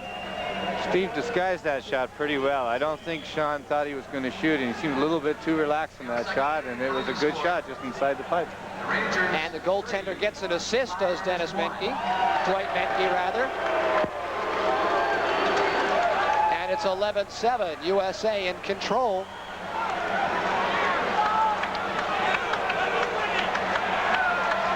And Canada picks up in a double team block on Harnick, but here they come, 2 on none. Legree will go in. The low shot is in. Brian Legree. Nice fakes on this. Dwight didn't know when he was going to shoot. He threw 2 beautiful fakes, and a shooter like Brian Legree, that doesn't help when you got a breakaway and he's faking. Oh, goodness. He held that for a long time before he did take that shot. And I think that even faked the spectators in the crowd. They didn't know when he was going to shoot that ball. Actually, the third move that he finally backhanded the flip into the open net. Yeah. Dwight didn't see that at all. He went for the second fake. So it takes Canada 17 seconds to get back that 5-goal margin, and then Frank Urso scores from the top of the goal area on a bouncing shot. Frank deserved that goal. He was working real hard in the first half, and he did control the ball for the USA team. Here you can see him taking that bounce shot, and as John said earlier, those bounce shots are difficult for the goalie to stop, and it was a perfect shot in the corner. We said before the game it was going to be a high-scoring game, and 12-8 certainly shows it's going to be that way. The goaltenders had the second quarter. I think the shooter's going to have the third quarter, Bill. Nice takedown there by Quinlan. Canada in control. Good look. In front to score. A fine 3-way passing drill from Scarfone to Monroe. Back to Scarfone for the goal. And the quarterback's his own goal right there. It's a nice passing play, and again, you let the ball do the work for you. See the guy coming from behind the net, moving out front on the side, and then sloppy defense. The U.S. player let his man go after he passed the ball. He just relaxed. Our guy stepped around him and moved in for the nice shot. 5 goals within a minute. Alone in front for another. For Hahn, backhand flip shot goes wide. And it's run down by his own rebound. It's Henry Chicharone. The long pass comes loose, and Johnny Grant skies above the crowd, keeps it alive. And here comes Mike Reilly. Good inside look. And a nice save off John Monroe by Dwight. Dwight did an excellent job of moving at the last moment. He held his position for as long as he could. The long pass. Back to Gold at the line. Canada playing that good, tough man-to-man with some extra help in front of the goaltender. Tucker will try to do it alone. Gets to the crease, has no shot. Now there's a shot off the pipe. Mark Gold, alone in front, hit the pipe. And that'll reset the shot clock. 9:45 remaining in the third quarter. Canada by 5 at 13-8. Steve Way. Off the goal stick. Off the butt end of the goal stick. There'll be a face-off in the corner, and I noticed in the last few plays, the U.S. are starting to penetrate the middle a little bit more, and that's, I'm sure Coach Bob Taring has told them at halftime, you got to score from in front, guys, so work it into the middle. Don't be afraid, take a few hits, but let's get those good close-in shots. How important is a screen in front? There has not been all that much action. Screens don't do too much for you, Larry, because the goalie takes up so much of that goal that a screen's only going to hurt you in the respect that it could probably or possibly hit the player before it gets to the goalie. Nice play by Metke to come up with a loose ball and a transition opportunity for USA. The bounce pass is picked off. Good conception on that play, but not quite the execution necessary. And here comes Stu Aird for Team Canada. Gets a screen from McMillan, and it's in the crease where Metke comes up with it and has Jeff Goldberg for an outlet. The number 2 line for USA, the check there from Pirog. That could have been a penalty called on that cross-check on Bob Greby's back, and then again on Jeff Goldberg there. Goldberg, a skipping shot, kept away. And here comes Todd Stark, 3-on-2. And a fourth man, Legree, enters the picture from the rear. But it can't be covered by McMillan, and Metke comes up with it. Had a man breaking, nice pass. There's a teammate with him. If Goldberg can get it to him, no, nice the shot check. is blocked away. Beautiful check there. Brian Legree just hit the U.S. player's stick as he went to shoot, and that's why he went in the crowd. I don't know if there's going to be an MVP tonight, but Brian Legree already has 3 assists. I don't know how many goals, and a beautiful defensive play right there. And with 8 minutes and counting remaining in the third quarter, there's some action away from the ball. Sticks are flying. Still Canada controls. The shot goes wide. That was Dave Duran who took it and who knocks away the loose ball. Picked up 3-on-2. Goldberg is open, but it's intercepted by Duran in the crease, and there Urso is hammered from behind by Ron Harnick.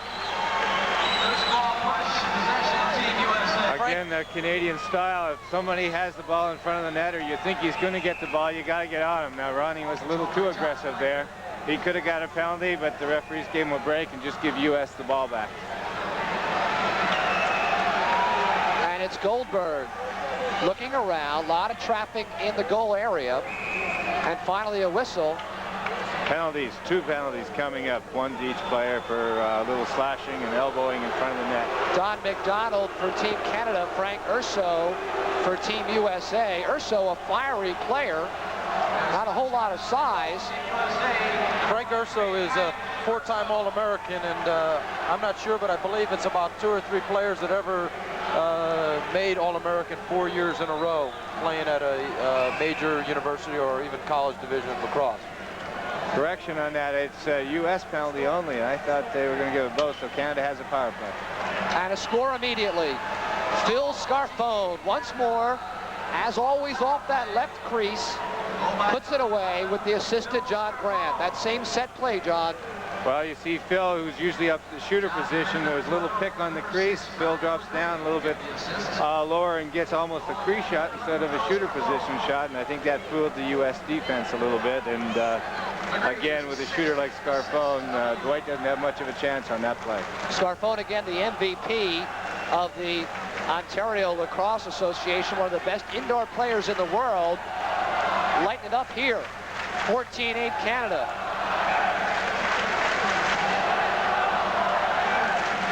loose ball picked up by John Monroe. We seem to be getting the loose balls and the face-offs early in this third quarter, and like I said, you can't score unless you have the ball. Shot clock rolls down inside of 10 as Kiley tries to do it alone on Tucker. Tucker finally breaks the ball free. Kiley's a little... Kiley alone in front. Loose ball picked up by USA. Kiley's a little guy, and John Tucker is quite big, and in this game... Oh, from Way to Hahn, and Hahn just fired it wide. We're seeing some action here and a lot of hitting. Oh, and Mason cross-checks, and we're going to get some fisticuffs now, I'm sure. That's Sean Quinlan in goal now. Sorry about that. Quinlan goes up high on Henry Chicharone, who was coming to the aid of his really tiny teammate, Hahn. The masks come off, the gloves are flying.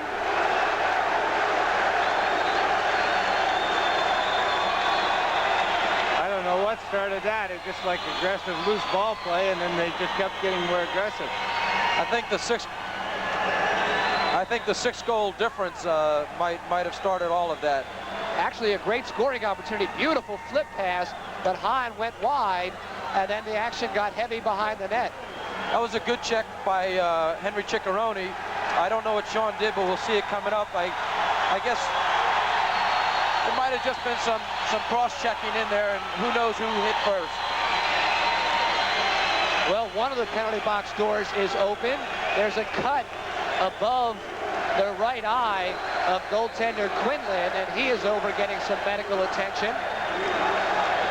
I think the crowd is trying to get the U.S. team going with that USA chant and that, and hopefully the players will respond. But U.S. players are having a little hard luck around our goal, and I think, as Billy said, it gets frustrating when you get some good scoring opportunities and you just don't finish them off. And that's been the difference in the game so far. I think play-wise has been fairly even. It's just that we've been more fortunate to finish off our plays, and the U.S. has just been missing those plays, and I see by the penalties, the U.S. should have a power play coming up to see if they can score on one of those. Well, maybe they're coincidental minors. No, there is a double minor assessed to the goaltender for Team Canada, Sean Quinlan, and just the simple one minor for roughing to Henry Chicharone. So USA will have a man advantage. Todd Stark will be serving the penalty for the goaltender as the crowd comes to life. A 6-goal deficit again, not that overwhelming in the indoor game. No, we've had 5 goals scored there in a very short period now. It wasn't all by one team, but a team could, especially with a power play, get some momentum going, and they get a race that 5-goal lead very quickly. They'll play 4 aside for the first 2 minutes, and then the 2 guys will come out of the penalty box, and then the U.S. will have a power play for 2 minutes. Although it's a penalty on the Canadian goalie, Sean Quinlan, they do not pull the goalie out of the game, so you'll see Sean remain in there. And Todd Stark again will be serving the minor. And here's an immediate breakaway off the draw. Stu Aird will go end to end, and Metke beats him. A beautiful face-off, simply picked up by Aird, went end to end by himself. Nice spin move by Dennis Townsend. Who said he was the oldest guy out there? And who said he was a defensive player? Not me. That's Bob Grebe. As Townsend and Pirog are holding and hammering one another, and it looks like the possession will go back over to Canada. They're calling Denny Townsend for a little bit of aggressive play there and calling him for offensive interference, so they turned the ball over to Canada. But I don't know if he's defensive or old, but he sure came to play tonight. Sure did. He certainly did, and it's surprising he's playing as well as he is, considering that he had a knee operation just about a month and a half ago. Nice save by Metke there. He uses Jim Darkangelo to break out sideline left. Now Jeff Goldberg doesn't have anybody with him, so he'll rag it and wait for the line to be completed. Lehman, Barthelme, Jaeger, and Orso. As Goldberg hits the pipe, from 35 feet out. I said earlier in the broadcast, Larry, that Jeff Goldberg has probably the hardest shot on the team, and I think that holds true with that shot. But just a millimeter high that time. Urso working, spinning, and fires it wide. And the long rebound comes to Pirog. Notice the USA players didn't get back on defense, and that's what gives those Canadians a break. Legree to Pirog, and a nice back-checking play breaks it up. 2-on-1 by John Lehman, and here's a 2-on-1 the other way with Pete Vocal going in, shooting, and he hits the pipe. That one on the outside of the left side of the pipe. USA just had 2 shots here, 2 pipes. That could have been 2 more goals in a 4-goal game. Oh, and some wild stick swinging there by Vocal as Canada comes up with it. And no Ragsome clock.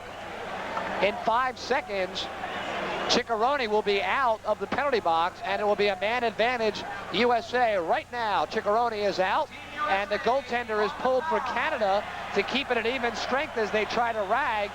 That means Scarfone is alone. He is on in place of the goaltender, so it's 5 aside down there, but there's nobody in goal. Scarfone. What a very deliberate offense there, and you can see Scarfone had an opportunity to take a shot similar to basketball, and they went into their 4-corner stall, and they're doing that very well. They did that in the first quarter, and they're showing you they can control that ball here. Durante gives to Harnick. Now it's John Swan who had the big first half. They have used 40 seconds off the man advantage in Team USA's end. Still it's Swan, finally double teamed, has to give it up. And here's Jeff Goldberg. He is back in time. Delayed penalty coming up. They're going to call it. Score! What a beautiful play. Craig Jager makes the goal. Craig Jager just joined the team this past week. He's been living out in Colorado. He's an ex-All-American from Cornell University. And as John Tobias said earlier, we've got a lot of versatile athletes on the Canadian team, but Craig Jager was also an extremely good football player at Cornell. Now, you see the goaltender, Quinlan, just getting back as he popped off the bench. It looked like the delayed penalty was to be called. There was already 1 penalty underway, so the goal will wipe out the initial penalty. No, what happens on that, Larry, the man that was in the box, Todd Stark, comes out, and the guy that was going to be called goes in. So they've still got another power play for 2 minutes, the U.S. team. Officially, the call is too many men on the field, so at 14-9, USA a chance to cut it to 4 with 3:33 remaining in the third quarter. And a score right away, Steve Way. Steve Way, his second of the period, makes it 14-10. Big goal. Big goal came down by USA. himself. Through the 5-hole. John had said earlier about bounce shots, and those seem to be going in on the goalies. Even Sean Quinlan has trouble with bounce shots, and there isn't a goalie alive that can stop them all. Just inside his left foot. And it is a 4-goal game, back-to-back goals, just 9 seconds apart by Team USA, and it's 14-10. I'm going to predict that in a couple of minutes, this crowd's going to come alive, and they're going to start chanting for the USA team, and that's going to get them pumped up. Here's the long outlet pass to Mark Gold. But he's got not too much help with him. They'll set it back out front. And the save is made off the short side. The stuffer attempt by Dennis Way, the brother of Steve Way, kept away by Quinlan. And here's Frank Kiley to Cruikshank. I saw the Canadians smiling earlier, Larry, and I think they might have felt that they had a comfortable lead, but 4 goals, as John's pointed out already, can be scored very quickly in this game. That's John Monroe off the left shoulder of Dwight Metke. And it'll be a face-off. I think Dwight is going to bear down now too. They're going to our guys are really going to have to get some good shots, because Dwight knows how important it is for him to make the big save to give the U.S. a chance to come back and narrow that 4-goal lead. So Dwight will get tougher as the game goes on. Steve Stenerson versus Stu Aird. As we take a look at Dave Cruikshank.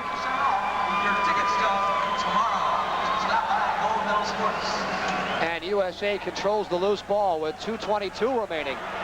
A chance to cut the lead to 3 as Townsend works the right side to D'Arcangelo. Oh, nice save as it took a moment for Quinlan to pick it up. Now the loose ball picked up by Grebe. And they'll reset. Good inside look, but a weak shot goes well wide from Vogel. Fast break. The best shot you can take in this game, Larry, is from out front because you have more angle to shoot at. And as you start going towards the back of the goal, you cut off your own angle. In front, nice save. Again off the right shoulder, but the loose ball is picked up. A man alone in front, the pass is too high. And finally, USA in control once more. In the person of Mark Gold. The outlet to Stenerson. Now to Jeff Goldberg, getting more and more time. As now the full second line will come out. And Goldberg takes a peek at the 30-second clock and says time to go to work. With 1:20 remaining, Goldberg, the bounce shot off the left foot of Quinlan, recovered by USA. Inside look, Goldberg, the hop shot, and that's blocked as well. Beautiful scoring opportunity for Jeff Goldberg on back-to-back shots, but kept away by Sean Quinlan. With 1 minute remaining. 1 minute remaining. It is John Swan.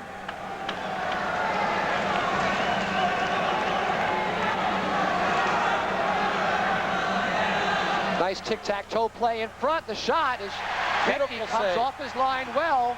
As we said before the first half ended, if Dwight Mecke can make the save and control the ball, then the USA will only give up one shot and then they can come back slowly. And he did that there very well.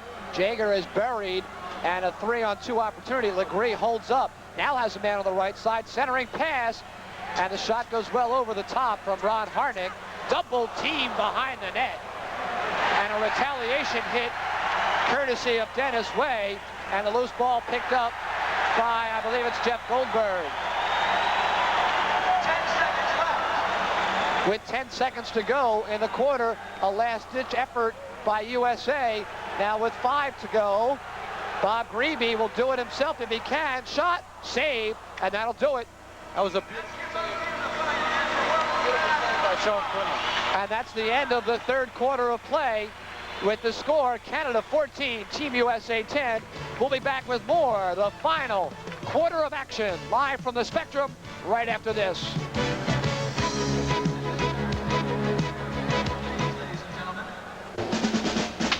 Crime. The city was full of it. Hey! Free TV! Desperate measures were needed. Want you to go to the police academy. The police academy is such a dangerous place. Honey, don't worry. Desperate measures were taken. I'm joining the police force! The mayor says we have to take this riffraff. I'm trapped here? Oh, yes. We all are. What about guns? When do we get guns? You will be schooled in firearms, police procedures, local laws, and many, many other things. High-speed driving.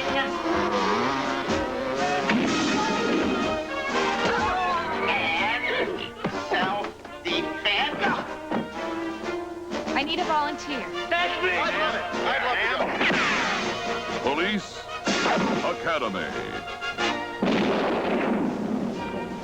Where did you get this gun? Mom gave it to me. Mister, I am warning you, Hightower! They're lean. 20, Roger. Mean. Does the radio bother you? 5. I can turn it down. Obscene. Each and every one of them striving to defend. You make me sick. Thank you, sir. I make everybody sick. See the thighs. Or upend. Come on, come on. I haven't got all day. The thighs. And now that they're ready for the real world, Give me the thing! crime is no longer the #1 problem. They are. Can you get my kitty cat out of the tree? No problem, ma'am. Police Academy. And we are back at the Spectrum awaiting final action in the fourth quarter. between Team Canada and Team USA right now at the center of the carpet. Time for an award ceremony. Again, this is the last game of the North America Challenge Cup Series, and the principals from both teams now will be presenting awards to some of the most valuable players of this series, a series which has been dominated by Team Canada in much the same way as tonight's game has gone. They've been on top, but unable to put away a fiery, pesky Team USA. And as we'll go into the final quarter, Team Canada will have the 4-goal lead.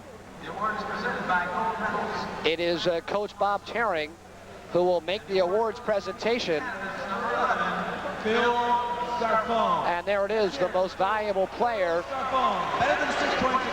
is out. There he is. Phil Scarfone will be named most valuable player of the series. He had 35 goals and 8 assists in 7 games. What a fine performance, an average of 5 per. And it's given to Phil Scarfone. And the next award is for team leadership, who has shown all the qualities that coaches like to look for in players. IBLA General Manager and Team USA coach Bob Terring. And this year's award goes to Team USA's number 6, Jeff Goldberg. And Jeff Goldberg, the NC State standout, a hustling, aggressive player. Bill Barossa gets the team leadership award. Surprising? No, I don't know all the reason behind the team leadership award, but he's got 1 goal tonight, and he's been steady and consistent the whole time of the series. He's done a fine job. This player is a double winner and also the defensive player of the series.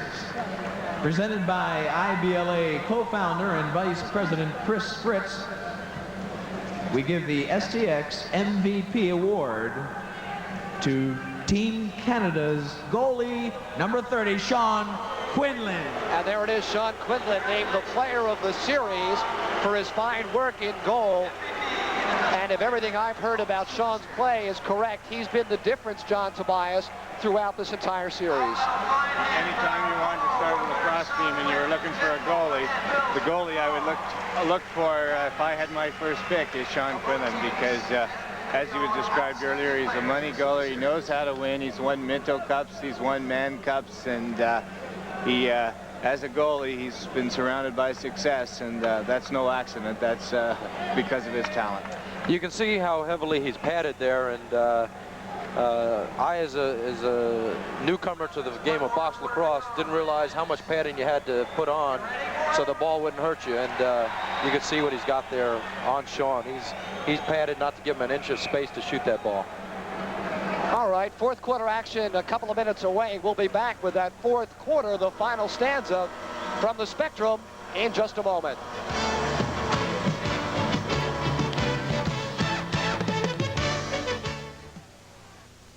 Charlie McGee is a healthy 8-year-old girl, normal in every way.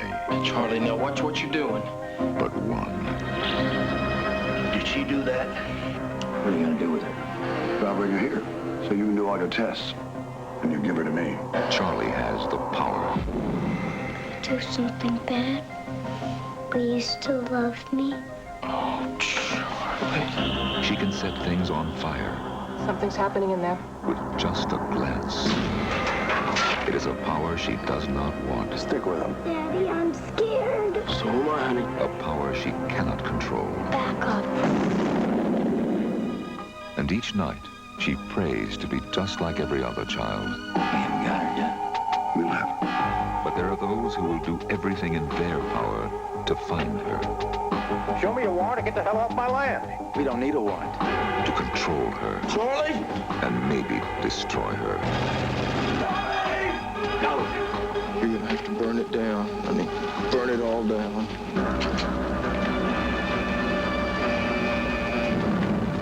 Charlie McGee is Stephen King's Firestarter. And we are back. Team Canada seemingly in control, up 14-10. As the face-off gets the 4th quarter underway, Team Canada with possession. And again, 4 goals, not that much of a deficit in the indoor style. Out of the man-to-man defense, Scarfone, the scoring leader. Nice save by Metke. He's done just what I said he needed to do to control that ball. He did that. Beautiful save by Sean Quinlan there. Off Mark Gold. Gold came right in his face, and he got it off the left shoulder, and back comes Team Canada. Scarfone has a man alone in front. There's an open winger, gets it to him, but Metke comes up with it, and he's got Mark Hahn alone. He's going to go right on in himself. Fake shot, and he's beaten by Quinlan, and Grant picks up the rebound in the goal area. Out to Stu Aird. Has Cruikshank off the bench. Goes the other way instead, and the shot is wide. You can see why those MVP honors for Sean Quinlan were certainly not a fluke. And Aird has it in the mid-zone. And he tussles with Henry Chickarone. And possession goes to Canada. That was one of those momentum saves. I think the U.S. started to gain a little bit of momentum there, and by stopping that breakaway, Sean. Beautiful save by Dwight Metke there. USA is going to have to capitalize on those saves that Dwight makes and go down and score on Sean Quinlan. And USA will change on the go, bringing out their #1 unit, Vocal. There's Stenerson, the pivot man, if you will, forced back out front. Now the shot is taken by D'Arcangelo, and it rolls wide. Jimmy tried that shot off of a screen, and it was a really good shot because Sean didn't even see it coming, although it was off its mark. And a scoreless first 2 minutes of the 4th quarter. Stu Aird, who has had an awful lot of the play tonight. The difference in this 4th quarter compared to the first 3 was that each team was getting rebounds in the first 3, and here each team's only getting a chance to take 1 shot. So you got to make them count, and then you also have to pick up those loose balls, which Team USA was not doing as well in the first half, and they've gotten better this 3rd quarter and now in the 4th. Stenerson goes behind the net. He's got Grebe there, and it comes all the way back to the goaltender. And Metke shovels to Grebe with 10 on the shot clock. Again, a 30-second clock. Dennis Townsend, the spin move. Shot clock down to 2. Finally, the turnover. Shot violation. And a 30-second violation is called. A bit of a walk-up pace here in the 4th quarter. And a steal. I heard a whistle, but a big save is made nonetheless by Quinlan. Finally, Lehman picks it up himself. He's 0-on-3, so we'll pull it back out front. Popped off the bench with a quick breakaway, but Quinlan stood tall and beat him. John Lehman is excellent one-on-one, and I'm surprised that he didn't take a second longer and really place that shot. Jaeger in front, and a nice save once more off Jeff Goldberg, who's had a series of scoring opportunities, but Quinlan's been the better man throughout. And with 11:30 remaining, still a scoreless final stanza. Canada up on top 14-10 with Don McDonald ranging through the mid-zone. Behind the net to Dave Durant. Some heavy hitting in front. A little bit of a kick going on the loose ball. Still sitting idly by. Huron, Legree now with it. And the shot clock recycled to 30. No, they're going to call it a shot clock violation. And there's the delay of the game. And I think they're going to whistle a penalty. Referee Joe Murray's got the call. Delay of game. Hold on. Don McDonald, I do believe, for flipping the ball into the seats. And Team USA an opportunity to cut the lead down once more. This is one of those must-score power plays with the 4-goal spread now, and we're into the 4th quarter. You got to score on this play, and something's the matter with Sean Quinlan. He's come to the bench. Sean might have come to the bench just to give his teammates some time to rest there, John, and to get the defense settled and know where they're going to play everybody. The old goalie's trick, eh? Why not? You got to give your teammates a chance to compose themselves and get their strategy together And if you look out on the field now, you can see that the Canadians are talking about how they're going to play their defense. Quinlan has been fantastic, and what is it about him that separates him from the next echelon of goaltenders for either of you? Well, I think Sean follows the ball quite well, and he follows that ball. He positions himself for every shot, and you've got to beat Sean, because if you just shoot at the net, his body's always there. It's anticipation and it's movement. By the way, Neil Bartholomew went down earlier. He has a separated shoulder. He is still on the bench with his teammates. There's a heavy hit. That looks like that should have been a penalty there, Larry. Mike Reilly just runs through John Lehman along the boards, and yes, they're going to give him the 2 minutes. I think that's a well-deserved penalty. And let's look at it once more. Watch the action heading toward the boards. That was 100% wood on his back, and although you have those pads like we discussed earlier, that still does hurt. You've got your kidneys back there, so you have to be real careful. Now we've got a golden opportunity for the U.S. 5-on-3. That's almost a must-score situation. They cannot let Canada off the hook here. They've got to score, and if they score one early enough, they'll get another 2-minute power play, so watch out. We'll see if Canada can come up with the ball. They've been ragging it so well. No, Ciccaroni's got it. So Canada goes back into a little triangle in front of Quinlan.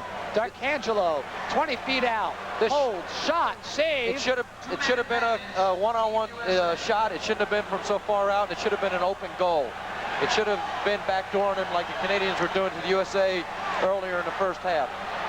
That's John Monroe running wild through the U.S. zone. Now they'll pull the goaltender and add a fourth attacker as they've got the ball. Phil Scarfone with it, looking not necessarily to score, but if he's there, he'll shoot. And Metke makes the save, and here comes a break. That might have been a mistake on Phil Scarfone's part for taking that shot. Ciccarone to Grebe, in front they go. And Kiley knocks it away. Loose ball picked up by Team Canada. And again, we'll see if they pull the goaltender. Cruikshank with it.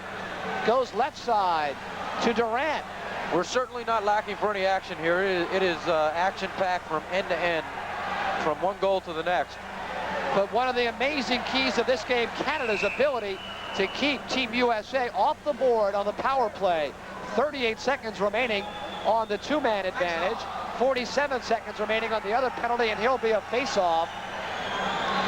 The U.S. power play is far too hesitant. They got to let the ball do the work. Nice smooth passes, work to that open shot, get Sean Quinlan moving in goal, and they seem too hesitant out there. It's almost like they should watch the Harlem Globetrotters and have Sweet Georgia Brown on something to relax them a little bit and get that ball moving. There's a score, short-handed, 2 men down. Dave Pirog breaks in alone from the left corner, right out in front, and he beats goaltender Metke, and he's got a smile on his face. Right from the face-off, it was just a nice little flip to Davey, and Davey beats his man, goes in, throws one fake on Dwight, and gets Dwight a little slow on that recover from the fake by Dwight, but Davey Pirog is a good hustler, he's a good loose ball man, and he'll get some key goals for you. And that's got to be a crusher for Team USA. Up 2 men. They've still got a 2-man advantage, so let's see if they can do it. And a score! It just sneaks in off Steve Way. I think that's Steve Way's third goal for the evening. Is that correct? It is indeed. He's had a big-time second half.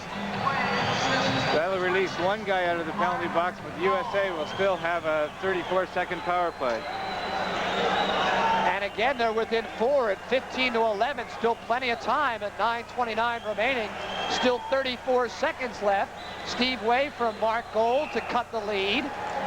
Now, if USA can win this face-off, take their time on the man-up play and look for the open man.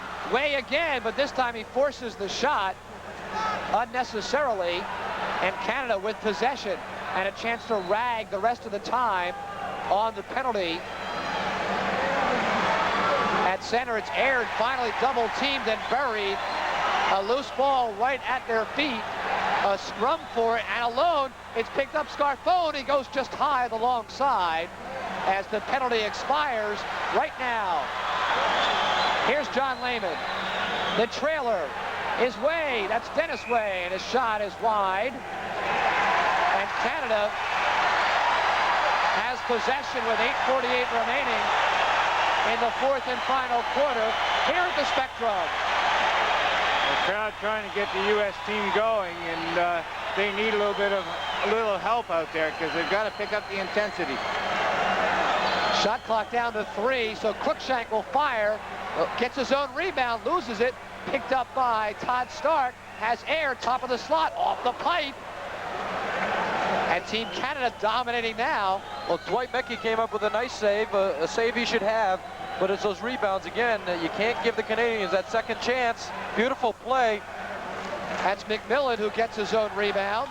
Has a man in front. We got a 2-on-1 going. Frank Urso, Jeff Goldberg coming on the left. Good speed by Frank. Tries to feed his trailer. Goldberg has to spin out of it. No shot. Comes in front. Finally, the shot is handled easily by Quinlan. Tucker takes a run at his man. We got a 2-on-1 here. Here's a 2-on-1. Cruikshank with McMillan. Goes to McMillan. No shot. Back to Cruikshank and a score. Beautiful execution there by Team Canada to put away a 2-on-1. Just a nice little two-way passing between Davey Cruikshank, who passes the ball off, goes right to the crease, gets the return pass, and in all one motion puts the ball in the net. Certainly had an awful lot of time on the doorstep to put that one away.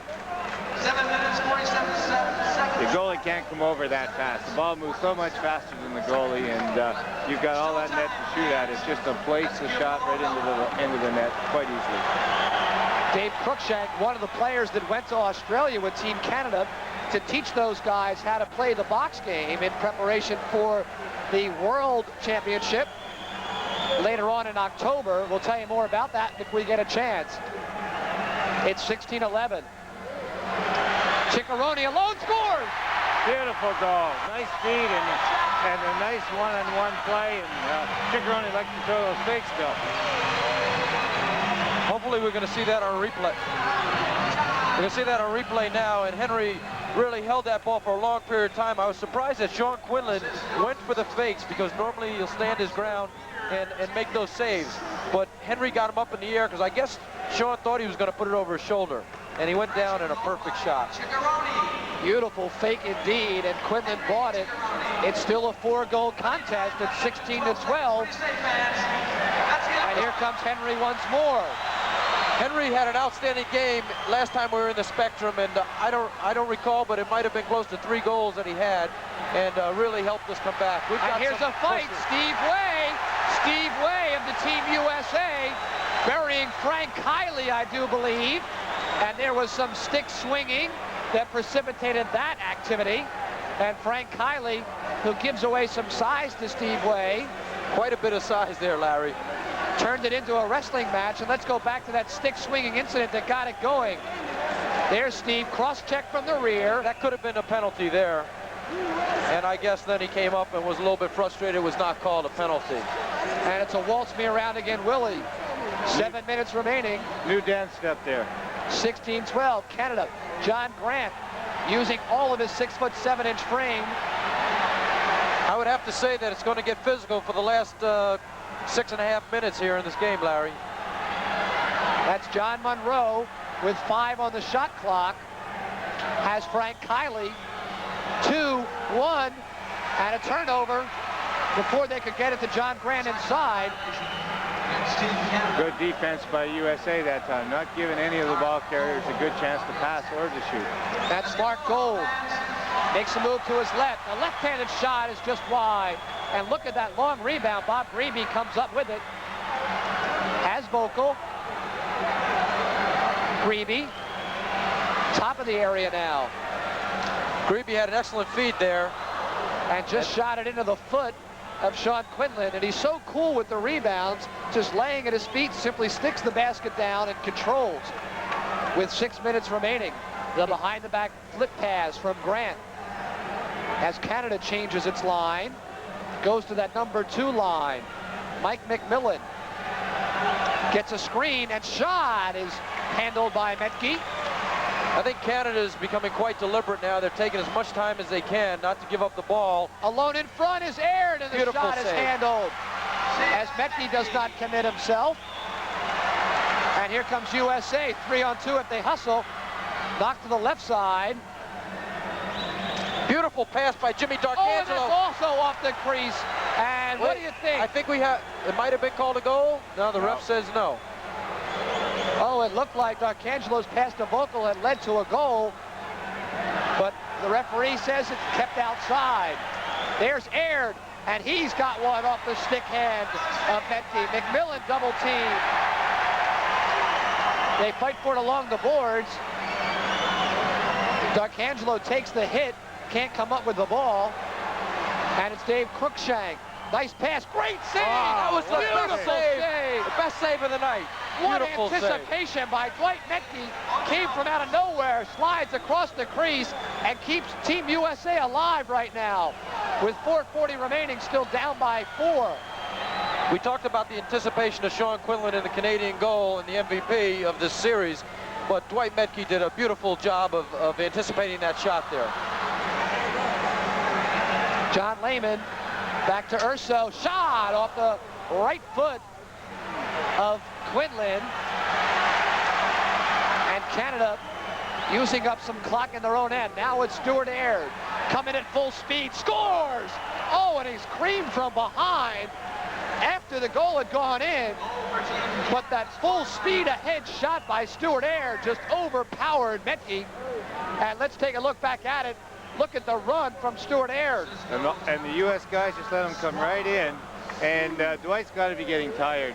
They just throwing so many shots at Dwight, and when a guy's coming in on you like that, it's pretty hard to stop him time after time.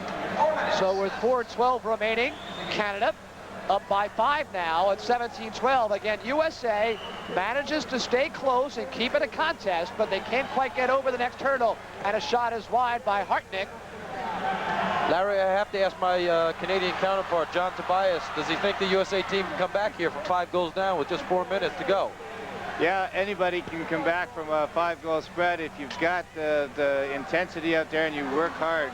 And what's happening with the U.S. team so far is they're not finishing off their plays on our end, and that's really hurting them. Swan will shoot one high. They go for the little crook in the arm, and a 2-1-0 breakaway. Hahn's going to go in by himself. Wade shot, and he shot it right in the midsection of Sean Quinlan, who comes out to the mid zone by himself. And Hahn had gold there and all day long to set it up, but took the shot right into the midsection of the goaltender, and a golden opportunity is lost right there as Scarfone sets the scene. Goes left side now to Mike Reilly, and it's Team USA on the turnover with 3:10 and counting remaining in regulation. 17-12, 11,130 in attendance here at the Spectrum. Another fine crowd for the Challenge Cup Series. And nobody's leaving right now. The game is too close, as John said, and USA team can't come back. D'Arcangelo trying to do it alone. Looks for some help as he's forced behind the net. Gets it to Stenerson. No, that's Grebe who intercepts. Shot clock is now at 0. And a 30-second violation there, well before the shot. 2:35 remaining. Now we're definitely going to ball control here. We want to use that full 30 seconds and try to get a shot with about 1 second to go and then get the rebound. And it's John Monroe who's played a strong floor game, and a loose ball. Grant had a shot at it. Scarfone a shot at it. Reilly gets hammered into the glass, and then he pulls down his man, Pete Vogel, as Dennis Townsend comes out with it. Nice lead bounce pass to D'Arcangelo. Stop, spin, wheel, shot. And Quinlan anticipates, was down on one knee waiting for it. And Reilly is worked over by a couple of guys. Finally, it's picked up by D'Arcangelo. That stick-on-stick contact is legal, but the cross-checks are not. Scarfone breaks it loose. John Grant a swipe at it, finally picks it up with 1:40 remaining. We got a 2-on-1 here, Larry. Oh, and a beautiful interception by Stenerson, but Scarfone's got it to his teammate in front. That's Gold. Make that Kiley, rather. Still no shot, and Team Canada content at this pace. Grant alone. Beautiful save by Metke. John Grant beaten by Metke, and he says it went in, and really it looked like it might have, but Jeff Goldberg comes out with it. The USA got lucky on that one. Goldberg clotheslined as he heads for the goal area. To Stenerson. Out front it goes to Yeager with 1 minute remaining in regulation. Shot is well wide. Long rebound picked up by Goldberg, but there's only 2 seconds left on the clock. And he gets it off just before the clock expires. And now 45 seconds remaining as Jeff Goldberg is going to fight it out down at the other end. Wants to duke it out if he can with either the goaltender. Yes, he wants to go with Frank Kiley. Kiley wants no parts of it. Already up by 5 goals. And what a fired up young fellow that Jeff Goldberg is. He took a run at the goaltender first. I think that was out of frustration. We're down 17-12 with 45 seconds left to go, and I think there was a little bit of frustration there. And an unusual scene at the Spectrum. The goal area around Team Canada is being covered by beers and other assorted garbage, something you do not see very often at all at the Spectrum, but we're going to have somewhat of a delay in anticipation of the final 46 seconds as the fans vent their final form of frustration here. And you certainly don't like to see this anywhere. No, not at all, Larry. The last time the USA team played here, they were winning 10-8 at halftime and took home a 19-17 victory. And right now, there's a disappointed crowd. Yeah, I think the crowd come back and expected to have a big replay of the last game, and things are... Oh, there's a fan out there challenging a player. A fan on the field, and here comes the finest from Spectagard to usher him with the treatment he deserves. And notice how the Canadian players did not let the sticks out of their hands. You can challenge me barehanded if you want to. I got my stick. Well, it's too bad that the game has to end this way. If I were the referees, I think I'd send both teams home right now. And yeah, I agree with you. It would take... there's chairs and full beers and everything littered onto the pitch. It's surprising because the Spectrum crowd, the first game that we had, you know, it was a different game, and they appreciated it. I think there was a fine. There's John Grant in the corner playing housekeeper. Simply is going to sit down. It was a fine exhibition of lacrosse tonight, but I think they'll probably have to call this game. And I do believe so. If the scoreboard clock is running, they're going to take the final 46 seconds off the clock, and we'll call it a night right there. Team Canada has won the final game of the North American Challenge Cup Series by a final score of 17-12. The two teams trying to line up for their handshakes, and many thousands of people, the more classy members of the crowd, giving the two teams a round of applause as the beers continue to fly here at the Spectrum. Unbelievable. A display I've never seen before as a Philadelphian who's lived here all my life in Spectrum history. And I guess, as you say, the one-shot deal with the lacrosse. It's surprising, but you can see that both USA and Canadian team members are shaking hands, and there's a good feeling of camaraderie there. Although one team had to lose, it was surely an exciting one for the fans here. Sean Quinlan walking off, a tower of strength throughout the series, voted the most valuable player and the top defensive performer in the series. And Team USA, a frustrated group of hard-working individuals heading back to their locker room knowing they gave it a good run here in the final night. But again, a similar pattern, Bill Barossa, for Team USA. They're able to keep it close, but they're not quite able to close down this Canadian club. Yeah, and the experience of the Canadians showed here. I think I owe John a Coca-Cola for our bet before the game.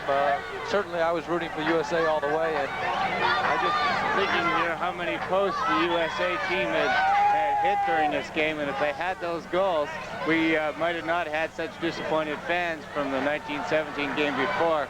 We could have been going into overtime. let us go back and update you on how the second period, the second half rather, closed out. At the end of the first half, it was 10-6 favor of Canada. Canadians made it 11-6. USA kept close. They got it to 12-8 late in the third quarter. And then finally a couple of back-to-back goals by Scarfone. Phil Scarfone, the leading scorer in the series, was absolutely too much for Team USA. They never got closer than 14-10, and it closed out the final score after a low-scoring final period. Team Canada wins it by a score of 17-12. And gentlemen, the series has come to an end from a Canadian perspective. How has Team Canada survived this Challenge Cup series? Oh, it's been a real thrill for us. We had no injuries, lots of excitement, and I think what you have in Canada now is a new hope that we're going to have a professional lacrosse league in the not-too-distant future, and I know all our players would love to come back and play in the Spectrum in the not-too-distant future. And Bill Barossa, that goes double for you, I would assume? I think a lot of USA team players are looking forward to some type of Challenge Cup, and if that's in October, fine. If a professional league comes from this, I think there'll be a lot of enthusiastic players from the college ranks that'll look forward to it. All right, that's going to do it from the Spectrum. For my colleagues, John Tobias, the technical director of the Canadian Lacrosse Association, and Bill Barossa, Team USA goaltender, I'm Larry Rosen saying thanks for joining us tonight, and good evening, everybody.